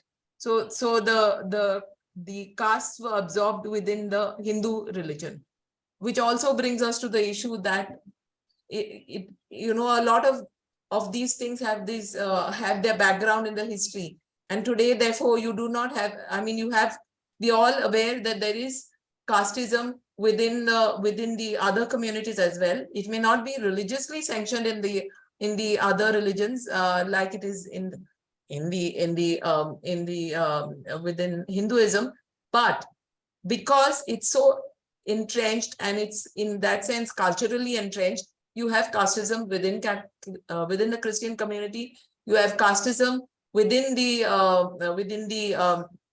Muslim community, for instance, and therefore those who are depressed as the lower castes, so-called lower castes, within these communities also deserve representation, and that is a battle that is in fact ongoing. But there is some issue. There are some issues, therefore, when entire communities are clubbed under one monolith, we have to be careful to kind of disaggregate and see it for what it really is.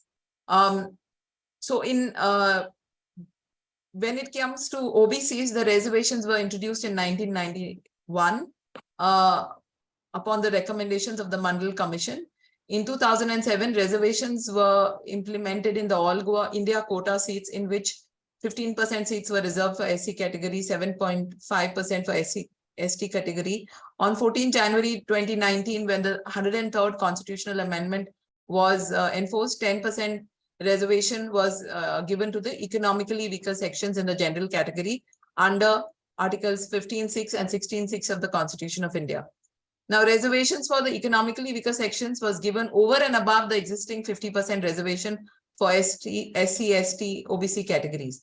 On July 29, 2021, the government of India has decided to provide 27% reservations for OBCs, 10% for economically weaker sections in the All India quota scheme for undergraduate and postgraduate medical dental courses, which will be applicable from the 2021-22, which are applicable, sorry, from 2021-22 session onwards. Now, in 1942, for the first time, 8.5% reservations were provided for scheduled castes in central services and other facilities. Reservations were first introduced in the Indian Constitution for a period of 10 years and only for SCs and SCs, but have been periodically extended ever since with several changes in it. As I explained earlier, what I tried to give you was the background in which this extension has had to happen every 10, beyond the period of 10 years, given that casteism and differences on the basis of ethnicity, for example, are so deeply entrenched in Indian society that you still have institutional murders taking place. You have institutional discrimination against these sections of society, apart from the fact that people discriminate. Institutions not only remain silent spectators, but may actually actively encourage this discrimination by their acts, by their actions, by their practices and prejudices. So therefore, what is reservations? Reservations is basically an affirmative action policy meant to right historical wrongs. About addressing social exclusion. Social exclusion is conceived as a process which unfavorably denies opportunities to certain groups. So affirmative action is a response to a problem that has scarred Indian society for centuries and tarnished its image in the Committee of Nations. No other society has nourished such deep and pervasive inequalities based on false and superstitious beliefs about inherited ability and character. Those inequalities and the beliefs and practices on which they are based are as bad for business as they are for public life, and they cannot be expected simply to vanish of their own accord, as Andre Patel has rightly pointed out. In terms of his case for making out that there has to be reservations not only in the public sector but also in the private sector, and it is in the interest of the larger society that these reservations have to be there for the well-being of the entire society. So basically, reservations has the effect of altering the status quo of intergroup power equations and thereby righting historical wrongs. It's a kind of compensatory discrimination for the advancement of the historically depressed and socially backward sections of society. And here the question is that compensatory discrimination gains precedence over formal equality, because our constitution is not talking of formal equality alone. It has provisions in it, which I will deal with in the next lecture, the specific provisions in the constitution and in the law, which clearly provide for substantive equality. They provide for equity. They're not looking at the equality of the kind that Anatole France talked about in that that quote about the bridges, not slipping under the bridges. They're talking of substantive equality. So you cannot put, as you know, if the scale is tilted, if you put the same the same weights, let's say if the scale is tilted and you put 2 kilos on both the sides of the scale, that's your law now, and you're putting 2 kilos in both the sides of the scale, then what will happen is that the same, it will remain as tilted as it was before. So you need to put more weights in one side of the scale. So that is basically what this policy of affirmative provisions of non-discrimination, of positive discrimination as we understand it. That is basically the principle in those provisions. So in the period since independence, the course followed by reservations has been shaped not only by the greatly expanded scope of politics, but also by extensive judicial intervention. So there have been judgments on which have been sometimes there have been conflicted judgments, one may say, which basically have developed the law of reservations. All that will be discussed in the next lecture. So basically, the previous speaker, Mrs. Chauhan, was talking about evidence-based approach to policy. So even an affirmative action can be designed by trying to cultivate the following features: an evidence-based approach. So one looks at what is the situation on the ground. One looks at the realities on the ground and decides that then whether there need to be affirmative provisions, for whom, to what extent, and how.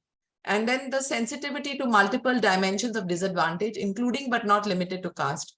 So for example, when one is talking of reservations in parliament for women, so it's not enough to say reservations in parliament for women. There has to be, again, one knows that women are not a homogeneous group. So there are women from disadvantaged castes, from dominant castes, and from the depressed castes.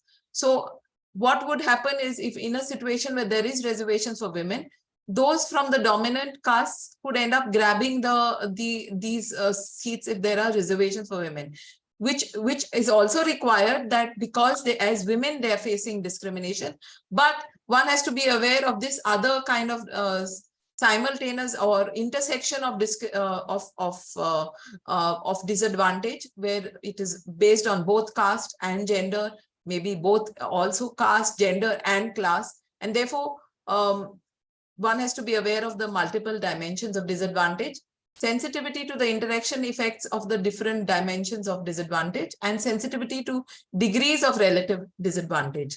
And as I pointed out, Andre Patel has rightly said that it is in the long-term interest of the companies and not just in the public interest to adopt active measures to seek out, stimulate, and nourish the vast reservoir of unutilized talent that exists in the socially and educationally backward communities. There should be far greater private investment in education and training. Again, the government should encourage private companies to stimulate and foster talent among members of socially disadvantaged groups. So when I say that there has to be more private investment in education and training, I am not talking of privatization, but I am saying that there is a certain social responsibility on the part of those who are privileged to invest in education and training, and more specifically in education and training for these socially disadvantaged groups. Now when one talks of representation is, we have to talk of representation with recognition, like we talk of peace with justice. It's not enough to have representation. It has to be accompanied by recognition must accompany it.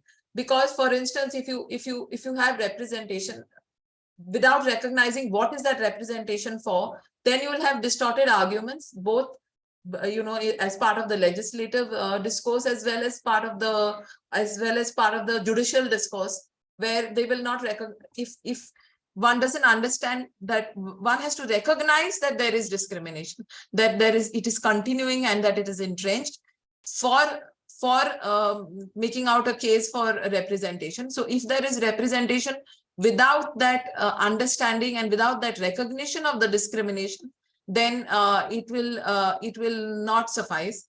As I also understand, and we all know, that not everything can be dealt with in the law. Reservation is not a panacea, but it has to be. It is part of the the wheel of treatment of the problem.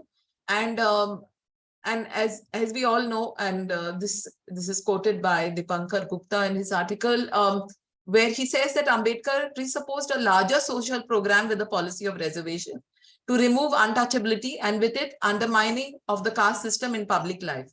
But it is also about creating assets among those who have none. So therefore it is about, it's not about saying, oh, don't discriminate against me, but it is an active way of undermining it needs to be attacked. The caste system needs to be attacked, and therefore there has to be an active way to undermine it. It's not just about those who have been discriminated against being defensive, but it is in a sense a kind of an offensive, and that is an affirmative action, and it is permitted in the Constitution. There have been these dilemmas that caste-based affirmative action policies cannot but help intensifying caste identities, because people then point, oh, that person, he's got here on the basis of the fact that he's a member of the scheduled caste, or that he's a member of the scheduled tribes, and then looking down at that person because there is the overall social discrimination not being allowed in the sanctum sanctorum of the temples, not being allowed entry into temples, etc. So the thing is that when a person comes forward to make their claim for accessing reservations, there are all these issues about which I found, at least also in when interacting with communities, when there have been reservations and they have not applied, it's because they have tried to hide their identities. Sometimes they have changed their surnames because some of the surnames are so obviously open, and they have surnames like Harijan, etc. So then some people have changed their surnames through process or over a period of time.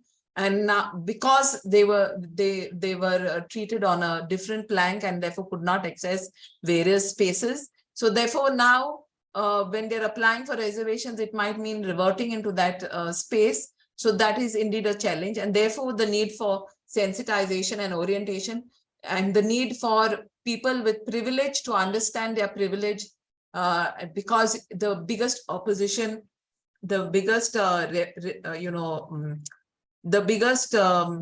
resistance comes from those who are privileged, who do not want to give up their traditional position of dominance.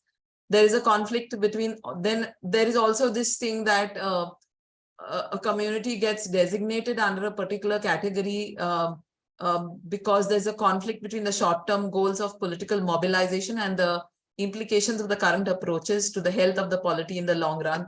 So there is this thing of reservations being weaponized on the eve of elections to talk of particular communities and bring them within the rubric of certain sections. We also know just now currently how that this whole case for this, which resulted in a Supreme Court, in a directive from the Supreme Court to not treat certain communities or treat certain communities as scheduled tribes, became the trigger for a whole lot of violence in Manipur. So these are some issues that arise in the garb of resistance and as resistance and causing conflict. These are the kinds of issues that arise.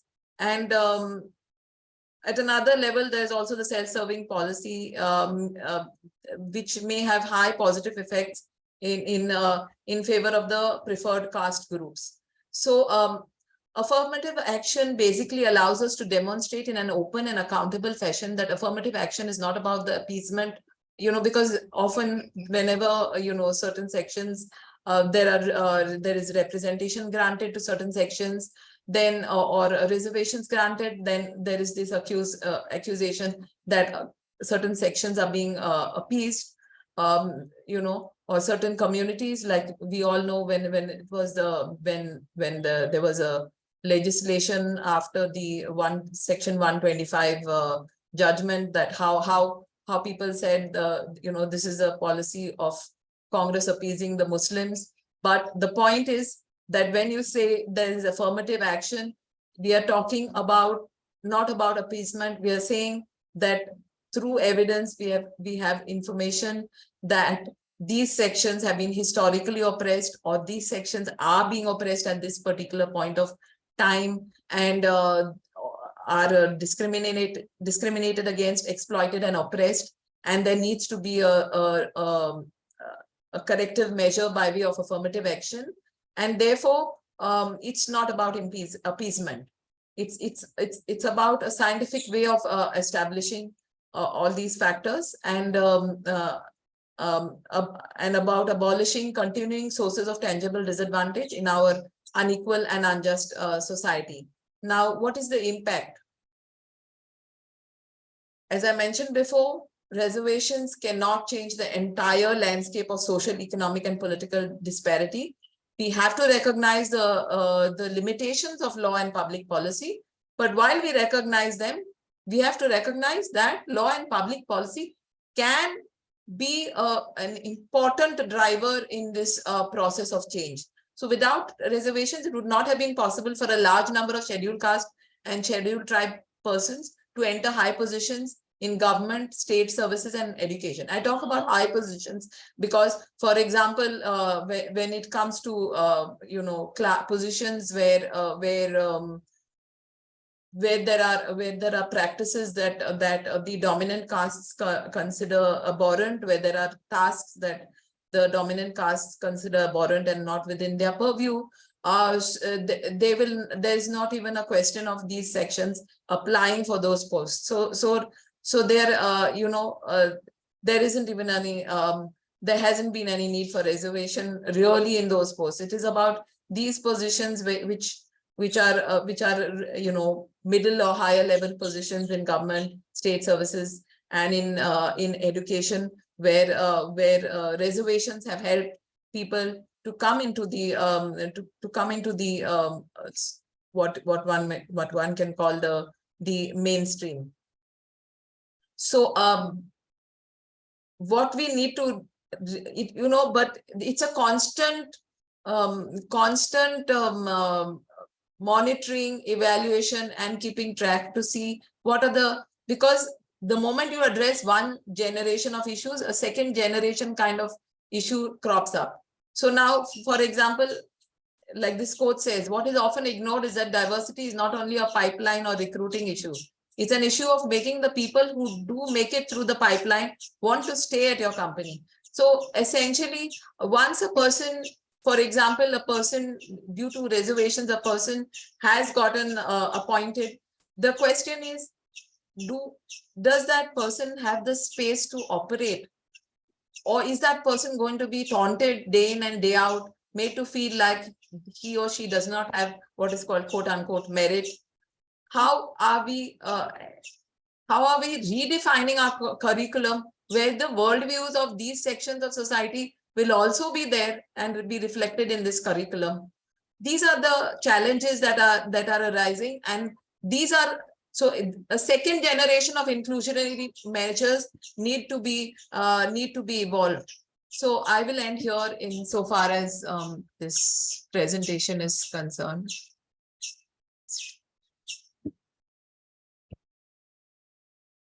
Thank you, ma'am. Thank you, ma'am, for such an erudite session. I'm sure all of us gathered here have fostered a deeper understanding, and I'm sure everyone of us here are inspired to strive for a more inclusive society in the future. Thank you, ma'am. Now I request the chair, Professor Vibhuti, ma'am, to share her remarks. Yeah, thank you, Dr. Albertina, for a very, very powerful presentation. And my major question, I have been in the public sector, and for past 4 generations, my family has been in public sector, and we know the way even we were in Baroda, and our king, Sayajirao Gaikwad, he was the one who sponsored Baba Saheb's education. My grandfather worked in his department. What is happening at a operational level, when you have any top-down support, okay, the king is supporting you, reservation policy is supporting you, but your day-to-day lived experiences, Baba Sahib had to finally leave Baroda because nobody was around. Even that Parsi person who had given him place to stay, he also, the moment he found out his caste background, he was so much persecuted.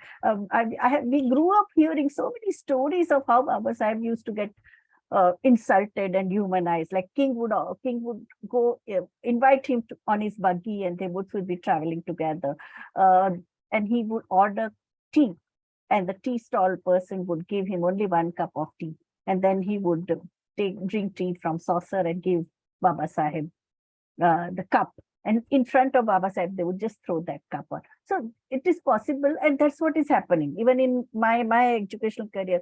How to subvert reservation, how to isolate them, how to it happens at a very micromanagement level also, this caste-based segregation. We recently saw the last letter of Darshan Sholan of Rohit Vemula, so moving, heartbreaking letter he wrote before committing suicide. And he was intelligent from the kind of words he has used, kind of metaphor he has used in his suicide note.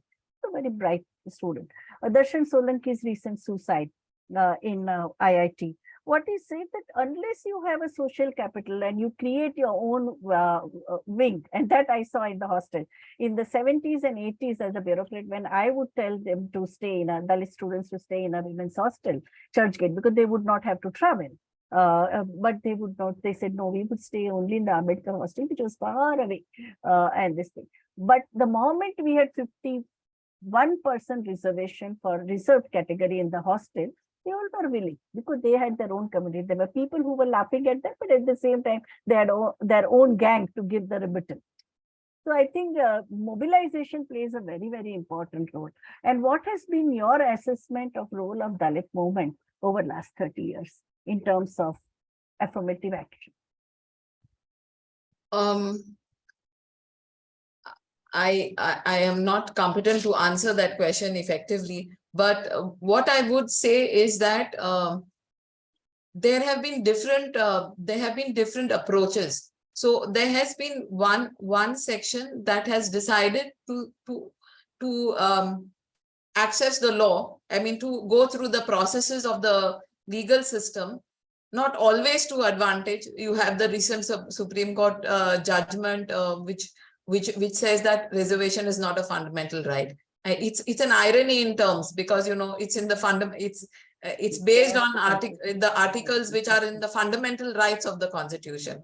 So the thing is that I am not so there has been this one section that has worked that way. There has been this other section that the other section of the movement, if one may call it that, which believes in going on an offensive, and maybe confrontation is necessary, because otherwise there is too much complacency. It almost amounts like, sounds like people are begging.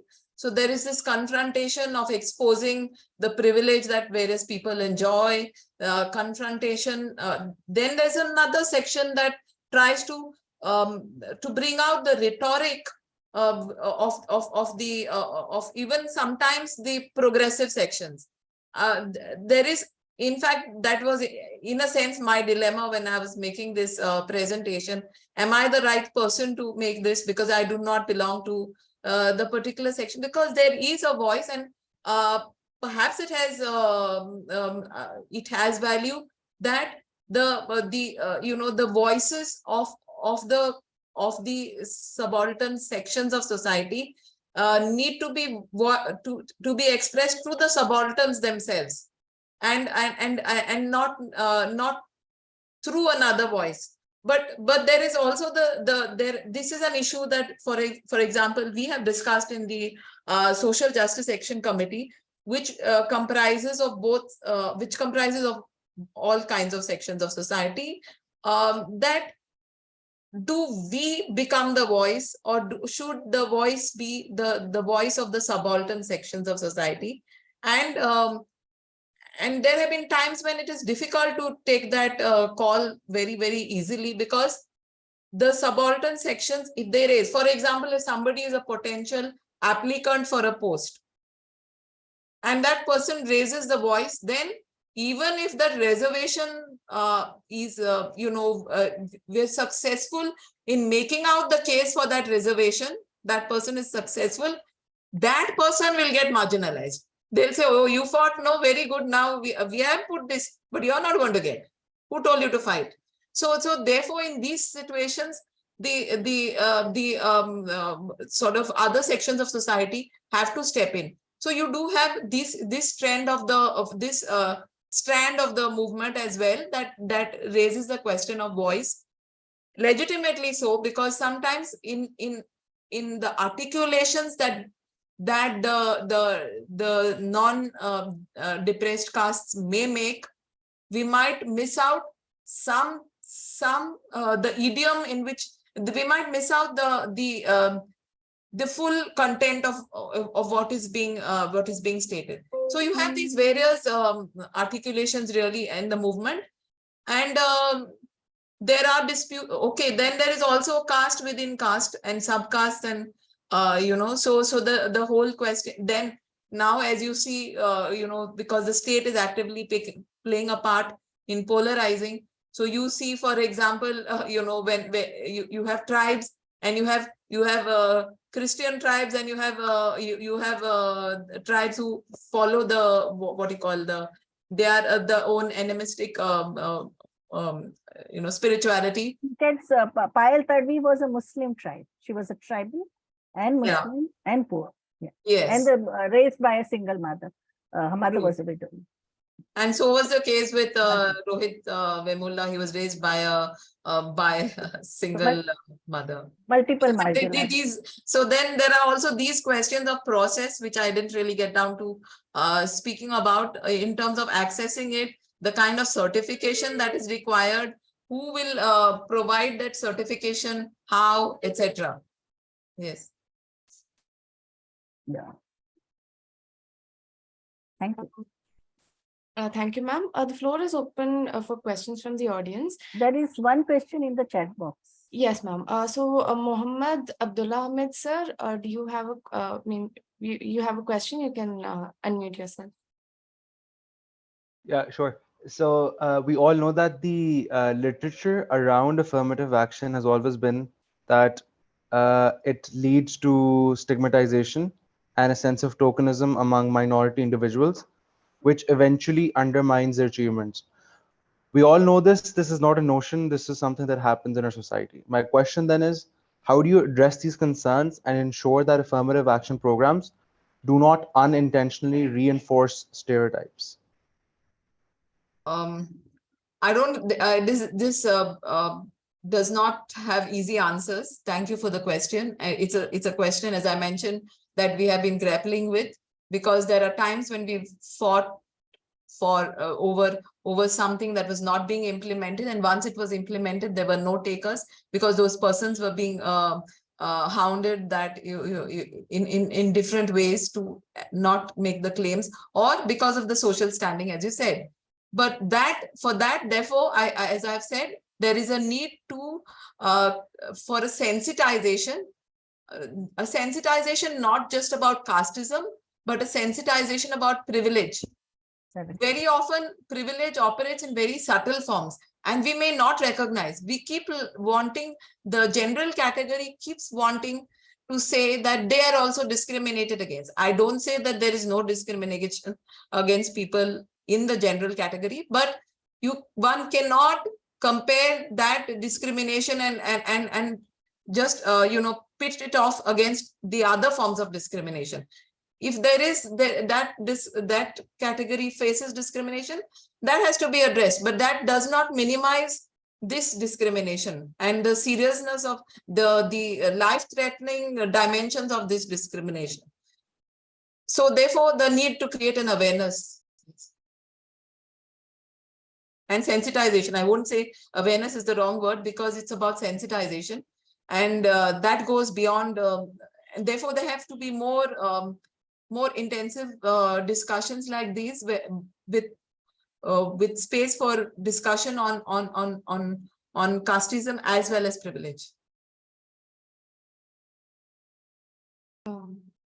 Thank you, ma'am. Savleen Kaurji, you have raised your hand. You can unmute yourself and ask your question.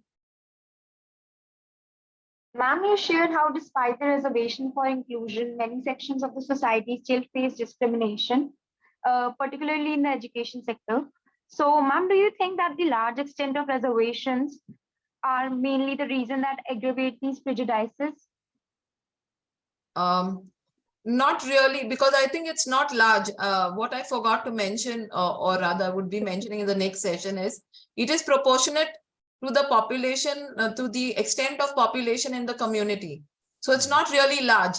So there was a unsaid, unwritten reservation for the dominant castes or the dominant ethnicities, dominant sections of society before, which was disproportionate to the number, their number in the society. So therefore, now it's not large, but we have so much imbibed it. As I shared with my own experience, I also almost began believing that there's a large number, because it's when sometimes in society, due to certain machinations of privilege, things are said and said and said so many times. It's like Gibbel's law. So we begin to believe that it's true. No, like IIT Chennai is known as the Iyengar Institute of Technology. So it's so much that nobody except Iyer and Iyengar is even allowed entry in IIT Chennai. So this is the kind of reality we have, that it has become a popular joke. Right. Savleen, do you have anything to add? Very good question. Yes, ma'am. Ma'am, I also wanted to ask, do you think that the reservation is the only way of providing inclusion? Maybe the financial help or the help to achieve like basic education and then working on merit would be more beneficial? Thank you for that question. I do not think that reservation is the only way, though I do think that it is a significant way. But I think that it's also about rehauling our education. So, the kind of reference point, for example, in a sociology thing, the reference point is the dominant caste person. So therefore, when any studies are being done, etc., the reference point is that dominant caste person. The character of the tribal society, for instance, is not the main thing. So this is, this is sociology, and then this is about tribes, etc., etc. So it is like the margins. So the world views, etc., of the margins need to be brought into the mainstream, so that then the whole question of merit, because then it will be a question of who has those knowledges, and then who is really meritorious, in these circumstances.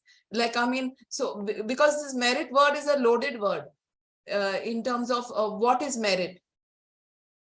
If I have access to, all the best, what you call those tuition classes, etc., that prepare you for admissions, or, success classes or whatever they call them.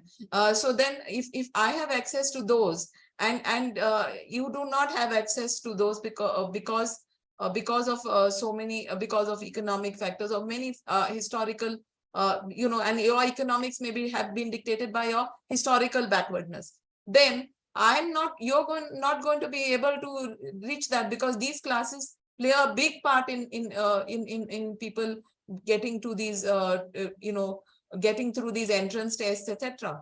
This is just an example. I don't say it's just by itself, but just to say this. So therefore, these the various enablers of oppression really need to be to be addressed. Thank you so much. Next we have Rashi Somji. Ma'am, if you could unmute yourself. Yeah. Rashi is not responding. Shweta? There is one more question in the chat box by Mr. Mohammed. It is about, it is in the chat box, where he writes that, is it necessary to have legal quotas for representation of underrepresented groups in corporate boards and government positions, or does it undermine meritocracy?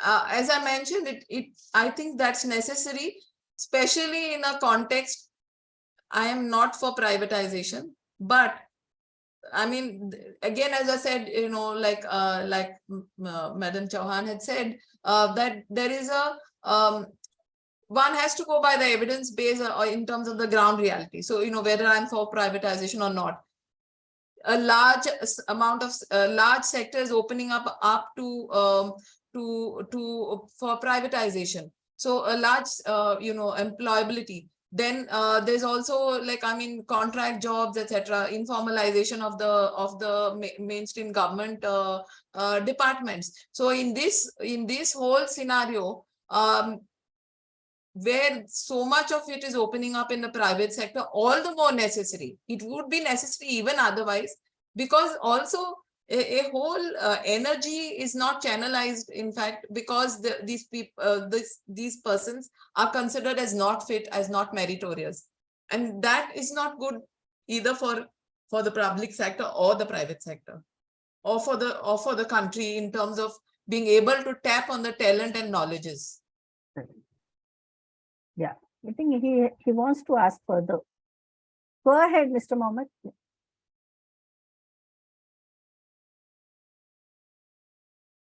Rashid ji, are you there? Or, Shweta, you can ask. Ma'am, I will, yes, sir. I will read out the question, ma'am.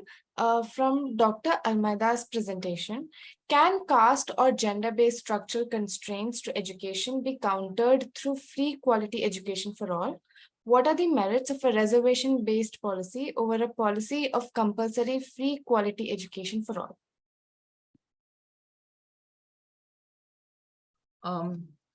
So I don't rule out that as a possibility, but I do not think that because at the end of the day, you know, there will be a bottleneck somewhere. You have a wide road, and then somewhere as you go further down the line, there will be a bottleneck. So then when you're going through that bottleneck, then you will need reservations, because not everybody will be able to go further. So at the end of the day, you will need reservations somewhere down the line as well. Apart from the fact that whether the country has the kind of resources for free quality education at all levels for all. We do have free education at the primary level, but you know, does the country have the resources for free education at all levels is also the question. And then if they have free education, is that going to come out of you know, indirect taxes and on all the, you know, day-to-day commodities that a depressed castes consume? So it's one has to look at these issues maybe holistically. But there is a massive underutilization of scheduled caste plan and tribal sub-plan, even 90% underutilization. So I don't think it's a question of resource scarcity. So it is Yes.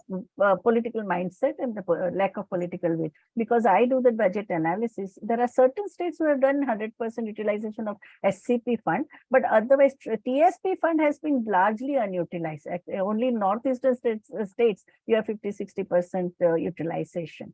So it is a bureaucratic lethargy, and all bureaucrats and IS officers are not like Dr. Purnima Chauhan is so conscientious and committed. So that is also a major problem. So, yeah. Okay, we have one last question by Yuvraj. Yeah. Yuvraj, to ask. Yeah, so my question is that the Supreme Court has fixed reservation at 50%, yet in some states they use some provisions of the law to increase it beyond the 50%. So what are your thoughts on this? The southern states. Just give me a minute. I just have to respond because I have to leave for court. So I'll just respond to a call.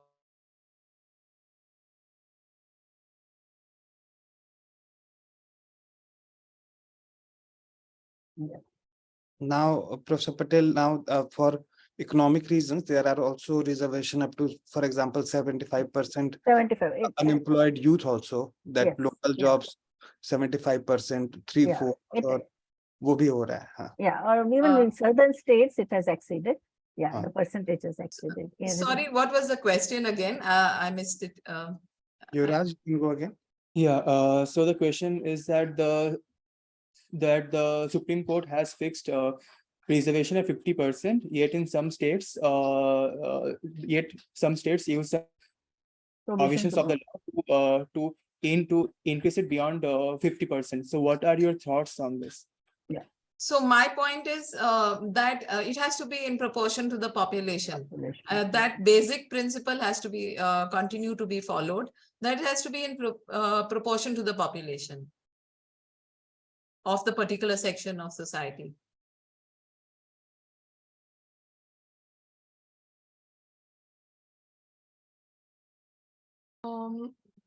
I don't think there are any further questions.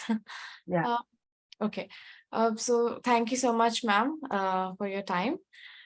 It was a very fruitful session.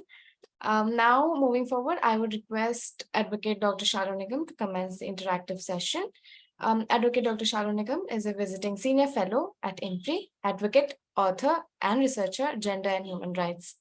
Ma'am, over to you.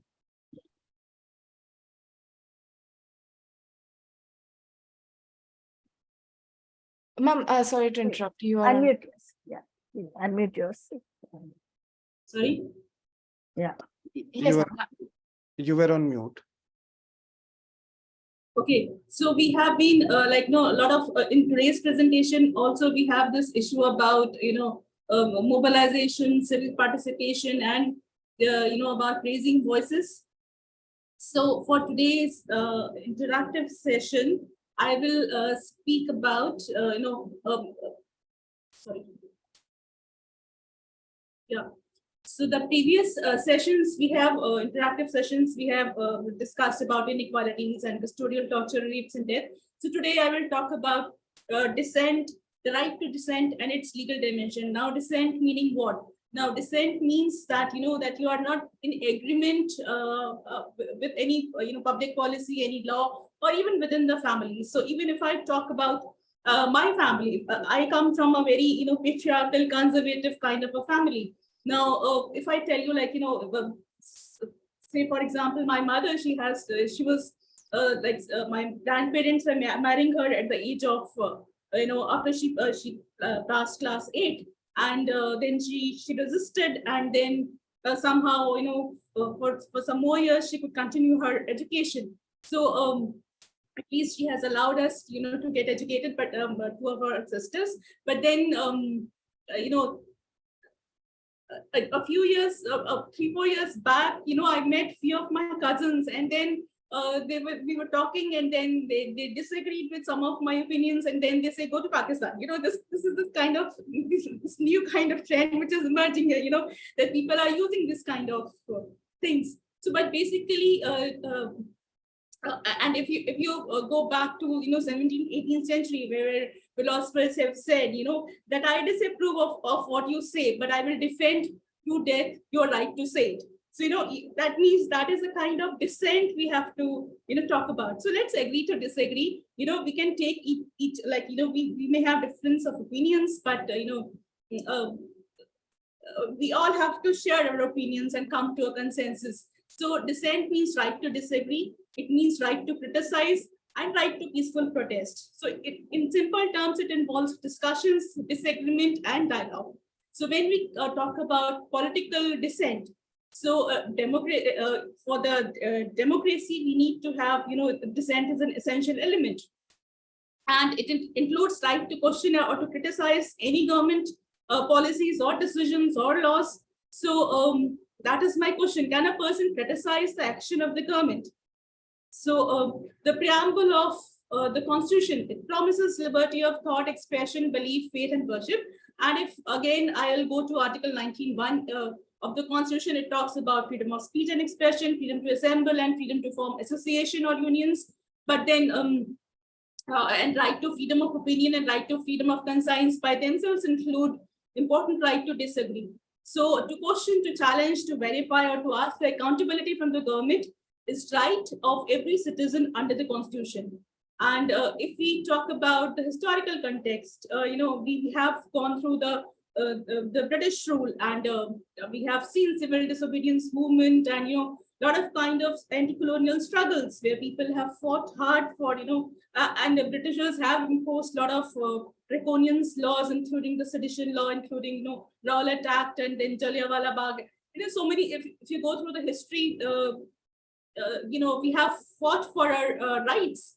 And so how this right to dissent help to grow the society to grow. So if we have right to association, for instance, we can collectively challenge government decisions and even aim people can even aim to displace the government just merely by voting, as we have seen over last several decades. Then if we have right to peaceful assembly, then for example, in universities, based kind of protest, we have seen how students have raised questions about different decisions by universities, and people act as watchdog, and they can monitor government's actions and provide feedback to the government about policies and actions. But then it could happen through consultations, meeting and discussions. The government can rectify its mistake, as we have seen in the farm laws, which took, we have discussed this in the first session also. So these kind of things, the dissent could play an important role. And we have various judgments by the Supreme Court where the court had they have said that free speech and dissent are based on personal sensitivities, and these are the fundamental rights of citizens. And if you talk about ADM Jabalpur versus Shiv Kanchukla, this happened right after, during the time of emergency, where Justice H.R. Khanna, he dissented from the majority judgment. Like there was 5 judges bench, and he was the only person. And the history, the record says that even he was denied his promotion of being the Chief Justice, but yet he took the risk, and he said that the fundamental rights of a citizen cannot be taken away, and he went against the government at that point of time, the government in power. And so in various of the cases, Supreme Court has said that citizens have a fundamental right to assembly and peaceful protest. In Puttaswamy judgment, which is very famous for the privacy judgment, the court says that neither life nor liberties, bounties conferred by the state. And in Ramila Thapar case in 2018, this is about Bhima Koregaon, case where civil civil society members have been arrested. We have Bhima Koregaon 10 plus and then 15 plus, and then the UAPA and all other kind of laws have been invoked by the police, and some of the people are released on bail, but some people are still in jail. But still in that case, Justice D.Y. Chandrachud, who is right now the Chief Justice of India, in his dissenting opinion, he said that individuals who dissent from the government are entitled to the freedoms which are guaranteed by the Constitution. So dissent is a symbol of vibrant democracy, and voices in opposition cannot be muzzled by prosecuting those who take up unpopular causes. We have Shreya Singhal case, and it points to the fact that Section 66A is like the law is such that you cannot curtail the free speech of the people. And then again, in another speech, he said that the blanket labeling of dissent as anti-national or anti-democratic strikes at the heart of our commitment to protect constitutional values and promotion of deliberative democracy. So what to do, because people are, protesting, and then, as we have seen for past few years, like the Citizenship Amendment Act, people protested, and some of the students have been arrested after that. Some are released, some are still in jail. Then there are people like, Govind Panesar and Kalburgi, they have tried to raise their voice and they have been shot dead. So, and though we all know that, dissent and the protest are, important part of democracy. So in terms of judiciary, if I talks about, of course, we need to have proactive judicial mechanisms. We need to have civic culture. The citizens should play a proactive role, as we have been speaking since day one. Then there is a need to repeal certain laws, which are existing since the time of colonial rule. The British, they have applied the sedition and other kind of laws on the people of India, because they want to have a total control, or they just want to dominate. But even after independence, successive governments who have come to power, they have not repealed this kind of laws, but they have made some more laws to do, to curtail the liberty of the people. So we have to, ensure that such laws should not exist, and we should have public inquiry system. In UK. There exists a lot of robust kind of inquiry system, where the demands of people are integrated into political system, and they ensure that whatever the grievances of people are taken care of while making laws and policies. So I'll end here by this Rabindranath Tagore's famous poem, where the mind is without fear and the head is held high, where knowledge is free. So we can have that kind of. But before I end and I come to the question and answer session, I'll just want to know from from all of you people, from the students, that what are your views about capital punishment or death penalty. Surely we will be discussing about criminal justice system in detail, but how many people would like to raise hand that they are we have seen the cases like Nirbhaya, where the protest held and some of the people demand the death penalty, where some people say no, that it shouldn't be there. In case of the terrorist kind of the cases like Ajmal Kasab and Afzal Guru and all, some people very actively demand that there should be capital punishment, while others says that no, there shouldn't be any capital punishment. There should be other kind of penalties which could be imposed. So I just want to know from this group that how many people are in the favor of death penalty. You can raise your hand, or you can write in question and answer or chat box. Any people who will say that okay, they favor death penalty, or they say that they are against death penalty in case of severe crimes such as rape or violence against women, or the terrorist kind of cases. What do you suggest?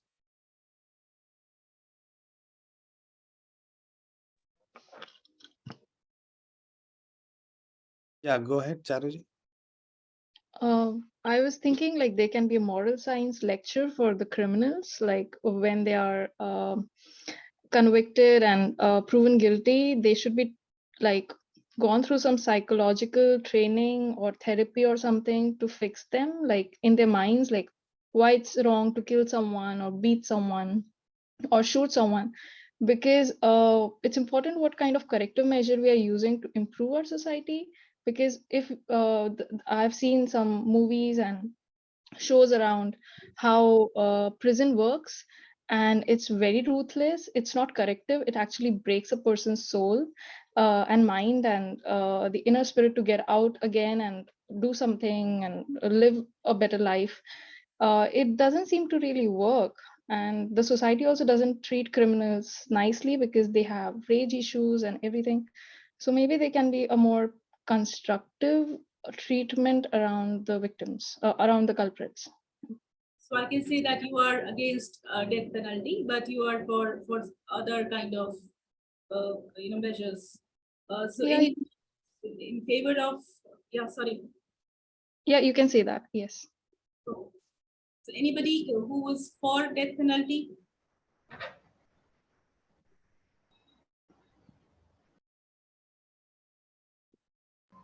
No, one has to be against it. Sorry. Yeah, can I speak? Yeah. Yes. Okay, so here's how I view this. So the ineptness of government, the mistake it is capable of making, the innocent people that are convicted, the power rush that judges often get from taking away lives, the advantage of the rich over the poor are some of the things that, unless are addressed, death penalty cannot work in the first place. We have cases such as the case of O.J. Simpson. We have a lot of cases where the rich, if convicted by a court in the first place, would get off the hook of death penalty in the first place. So personally, in my point of view, it's much easier to just to eliminate the ultimate penalty and incarcerate the guilty for alternative things such as putting them behind bars permanently and not letting them out, rather than reintegrating them into the society. So you are against this capital punishment. Anybody who is in favor of capital punishment or death penalty?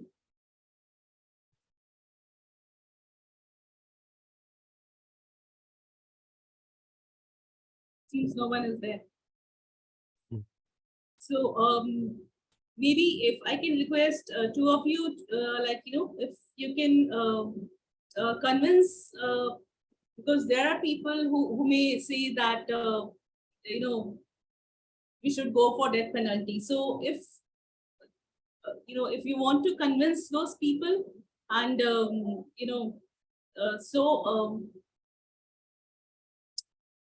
so we have interactive discussions session on July 14, that is session 4. So those in favor of capital punishment, they can come, they can prepare a 5 minutes, 10 minutes note, and they can speak on those who are in favor, and those who are against, they can present their views in session 5 of interactive discussion, that is on July 18. So we can have a kind of we can listen to both the sides, and then we can decide how to move further. So because this is what interactive discussion sessions are being planned for, so I would request since two of you have you have shared your views, if you could convince other people, if there are people who say that, okay, we are in favor of death penalty. So with data, since you are we are into this case of into this course of this policy making and law. So if you have some data, you can there is no need to be you don't need to be a lawyer, but some data, if you are a policymaker or legal cases also you can refer, so you can bring up your points. And do you agree, the two people, Mohammed and Charu ma'am? Yes, I can go for those in against it. Yeah, or I can also go for in favor. Yeah, go for favor, Charuji. I'll go. You will find a lot of material available online in case of Japan and other places. Very good material available. You Mohammed Ji and Charuji, you can do a PPT for like 5-6 slides. Okay, you can prepare it if you want. Sure. Will that be okay, Shalu ma'am? Yes, sure, definitely. And any other students who are not, they're not talking right now, or they're not here, and you're watching later, you can please join in and Please. read Yes. the presentation. And so now back to Shweta. I'll just end this session here. Thank you, ma'am. Now I would request Professor Vibhuti ma'am to give her closing remarks for the session. Ma'am, please unmute yourself.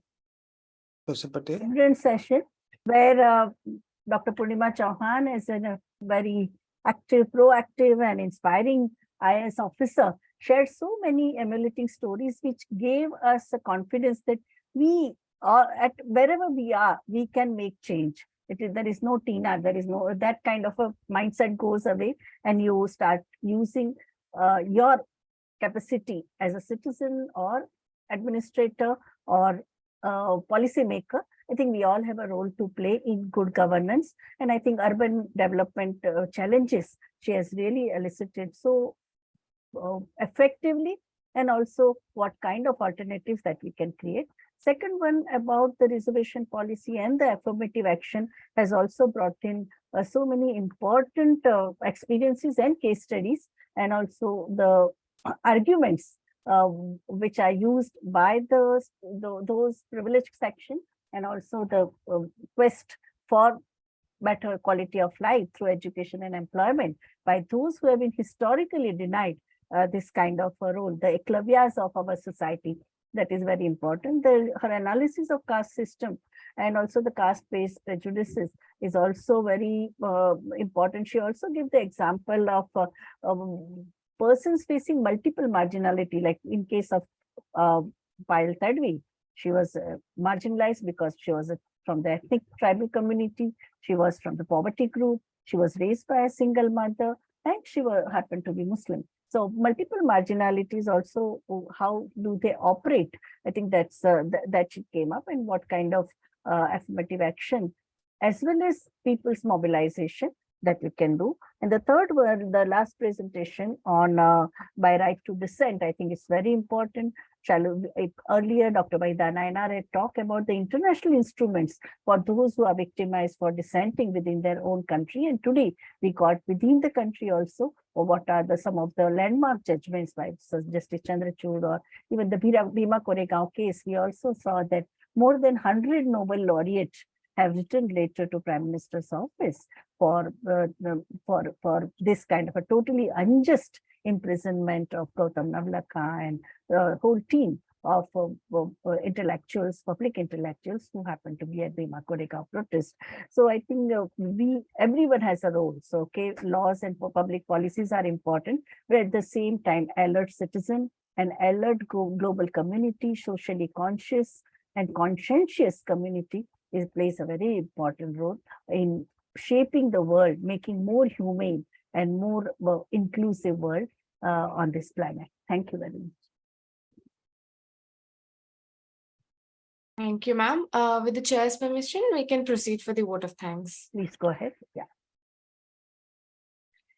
As we come to the end of day 7 of Law and Public Policy Youth Fellowship, an online National Summer School program, a 2-month online immersive legal awareness and action research certificate training course, and internship program, I, Shweta Shankar, researcher at IMPRI, Impact and Policy Research Institute, would like to propose the formal vote of thanks on behalf of IMPRI, New Delhi.